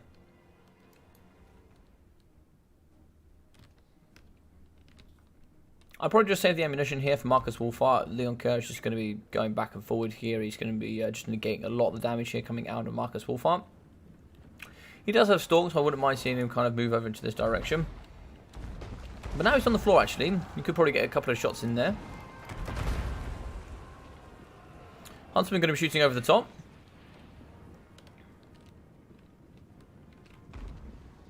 Looks like we are going to get focus shot. He's going to come down here, focus shot downtown. Boom, right into the backside there of King Leoncoeur. He's going to regen that up, but of course, every little helps here. He will be getting closer and closer there to that healing cap. Healing cap here for him is going to be 3,300, so he's already used a couple hundred of that. He'll probably use it about 300-400 in total here before he gets back to full. Swordsman down to half already. This is why I always think the Sigma Suns are never particularly worth it. Like artillery pieces and magic damage, like Burning Head, just kind of all the same work here against Swordsman as they do Sigma Suns. So that extra 300 cost, you very rarely see that kind of transfer into true value. So nice way there on the front. Peasant mobs are certainly not going to be happy about that. My nice battle farmers here, unfortunately, are not going to quite hold the front line. They have 45 leadership. That's solely going to be because they have encouraged by Lord nearby. And looks like their flanks are secure. So actually take 9 leadership off that. And friends routing nearby. That's not going to be very helpful for them. And now they're going to be getting shot here. We are going to see the Devil Huntsman here doing some work. So it looks like a bit of scoot and shoot here in the front line. So they should be shielded here. Yeah, shielded from the spearmen. As we can see, we do have the peasant bowman here doing some shots into the cheap and cheerful front line. Arrow shooting in the front here, we are going to be finding that King Leoncoeur is quite still. We are going to get anti-large shots here from the Huntsman. King Leoncoeur takes, maybe a couple of hundred worth of damage there, nothing too much. But still going pretty strong here is going to be the field trebuchets. So 35 kills there, as well as 15. Mortars here are going to be at 37, 20, and also 17. But of course, damage certainly going to be more superior here against the Empire. They're going to trade more efficiency. The peasant mobs here are certainly not going to trade too much there towards the late stage. Forward comes the Empire. Empire, I think, needs to get a little bit more aggressive here, I think. I think that it's certainly going to favour the side of the Bretonnians if they stay kind of a little bit standoffish here against each other. Demogryph's actually taking quite a bit of pounding. It's actually not too bad to get the artillery pieces here to shoot the Demogryph Knights. You actually get some pretty good AP damage value here on the backside. So my battle farmers are going to be holding the front line pretty strong. We are going to see swordsmen now fighting up against the men-at-arms.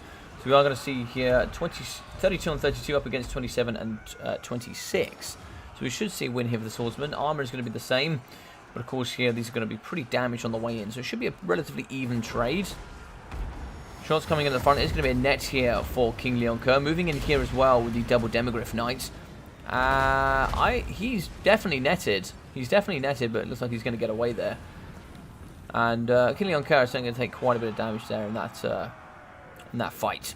Now I'm going to move here with the battle farmers. They're going to charge through and allow a nice little escape here for King Leoncoeur, taking a lot of his own arrows here to his griffin.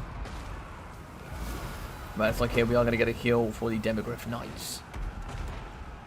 Regrowth popped here, so there's going to be 3,200 remaining health there, but we should get quite a bit more. What sort of value? 21 models left. Yeah, we should get some good healing there. We are going to break for the Peasant Pox arrows. We can actually break a lot of the archer lines here from the Bretonnians. Could do quite well here as the Empire. There's only going to be fire in. The explosion does catch here. Oh, lovely damage there coming down on the Peasant Bowmen. That should be a pretty quick break there. -6 leadership. Yeah, we should see those. They will return, but of course, yeah, they won't return for a short while. Over here in the flanks, the Knights of the Realm. It's like here. Oh no, this could be a misplay.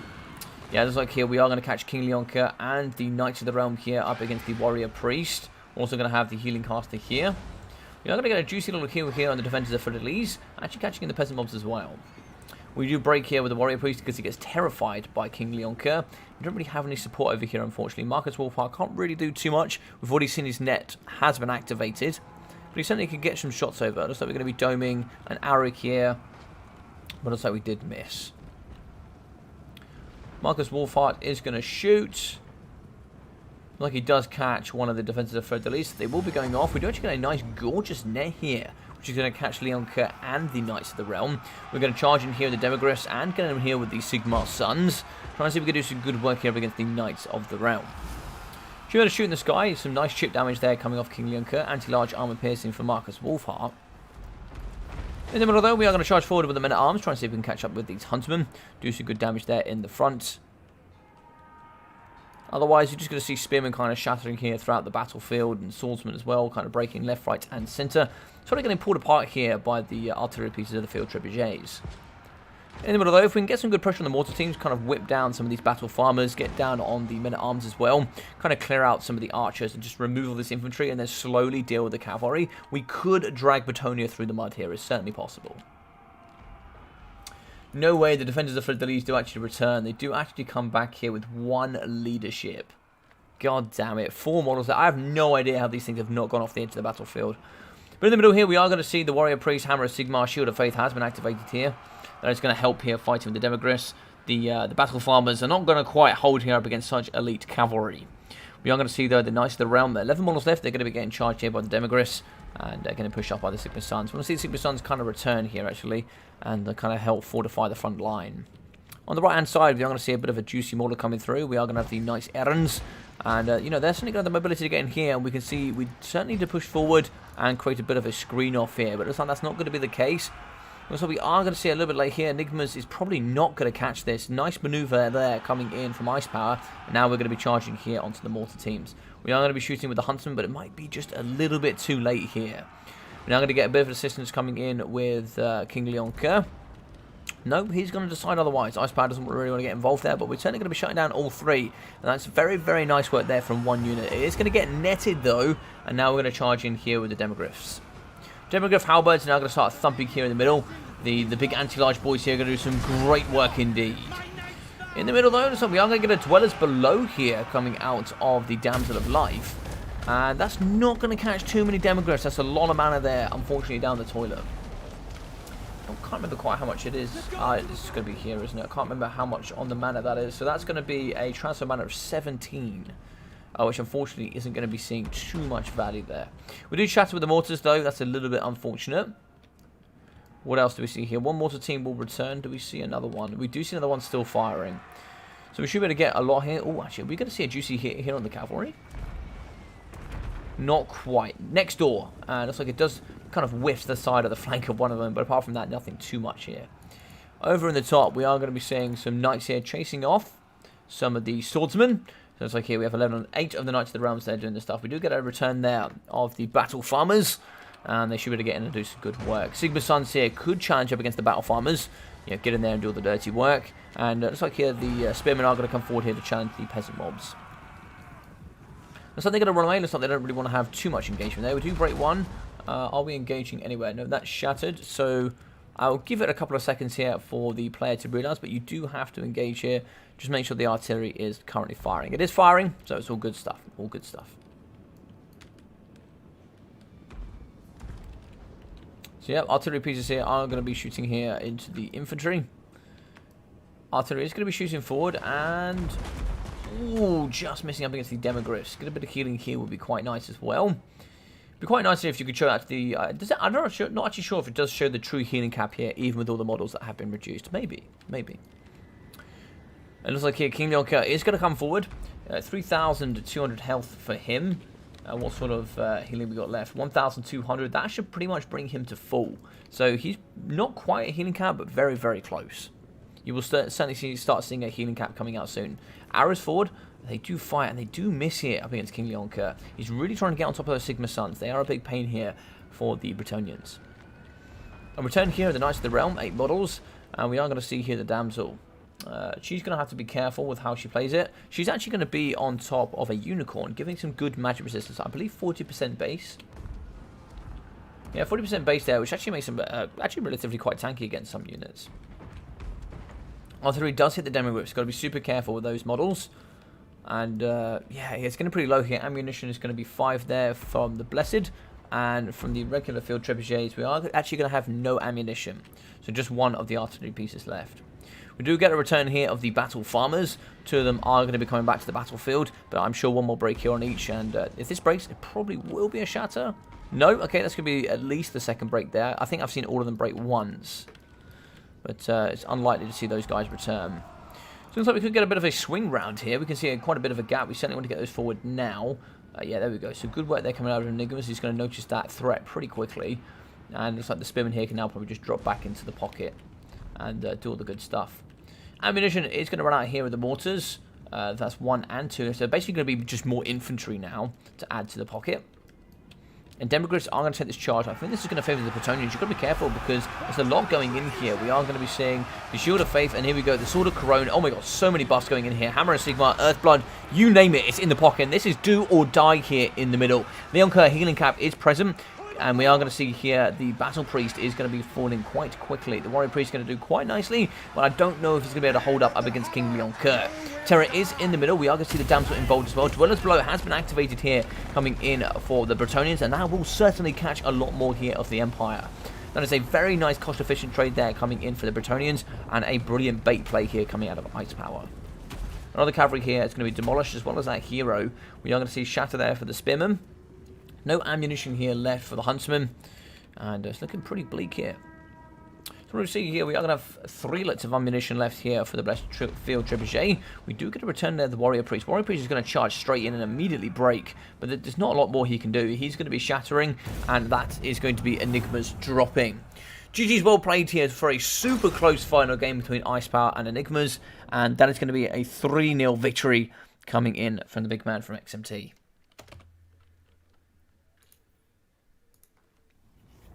Alright, so King Leonka, 674. Didn't really need to do too much. He was a very, very good sponge there in the front line. 1,666 for the Damsel with the double Dwellers Below. 3 there for the Peasant Mobs. 24, 0, and 103. Pardon me. We are going to have 270, 170 for the Men-at-Arms. And with the Bowmen, we are going to have 250, 250, 132, and 127. So for the Knights Errands, we are going to get 250, 710 there, with 400 and 830 there for the Knights of the Realm, with the Defenders of Fleur-de-Lis coming at 650. 1,100, 976 for the Blessed Field Trebuchet, so pretty good work there overall, really, really good damage indeed. So Marcus Wolfhart, 1,200, actually going to be doubling there than King Leon Kerr, with 0 here for the Jade Wizard, and 150 for the Warrior Priest. We are going to see 305 for the Spearman, 84, 120 and 130 there for the Spearman, with the Swordsman coming at 130, 47, 130, and for the Six of Suns in at 200. So you can see really not too much different in this matchup, but of course you pay 300 gold more for these boys. 780 and 900 there for the Huntsman, with the Demogorgons coming at 705 and 1,800, so really nice there from that. 760, 650 and 444 there. 442 there, sorry, from the Mortar. So we can see just bucket loads of kills. Bucket loads of kills. Really, really nice stuff. Really, really nice final game.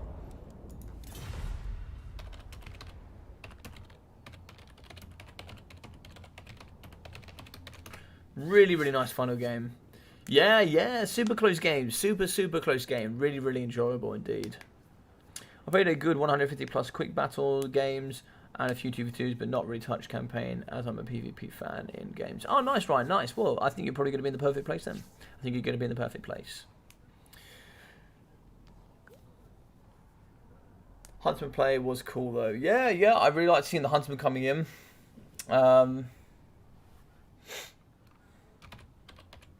Congrats, Ice Power. Congrats, Ice Power, on winning. So, congrats for Ice Power. Of course, commiserations to Enigmas, but he played very well. I think that last game was really, really cool. And, yeah, really nice way to finish off the series. And, yeah, a really awesome live stream. I hope you guys did enjoy it.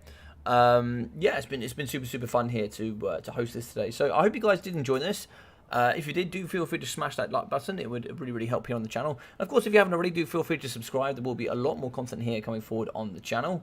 I am going to be streaming later tonight. I will be doing some stuff as well. So on the Twitch here, I will be casting a little bit more. I'm not too sure what I'm going to do tonight, but hi, Pricey Boy, how you doing, buddy? Welcome. Hope you're doing very well. But there on Twitch tonight, you will be able to see some more stuff coming from me. So I will do another live stream here. Maybe I'll do like a Come At Me Bro, where you guys come play against me. Or maybe where I'll host like a King of the Hill or something like that, where everybody's welcome to come play and just have fun. Just have fun, essentially. So yeah, Mama Marathi is proud of Ice Power today. Indeed, she is super proud. Super proud of her boy. Does that make Ice Power Malekith? Yeah, thank you to all of the players that played today. Yeah, it was a good little tournament. Good little tournament indeed. Yeah, no problem, guys. Thank you so much for today. I'm going to shoot off. And let me just see if there's anybody else who is streaming. Okay, so we are going to have two here. We are going to have Enticity himself. So Mercy's going to be streaming. So let's get hold of him there. So if you go here, you'll actually be able to see Mercy streaming some campaign. If you don't know Mercy the Mad, do go check him out. He's going to be there. And you're also going to be having Enticity streaming here, who's just hit the 10k subscribers. Nice! GG's, my dude. GG's indeed. He's just hit 10k subscribers. Very nice.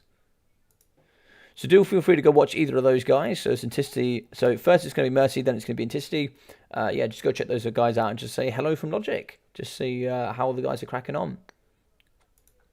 So thank you for today. Take care of yourselves, and I'll see you tomorrow or tonight.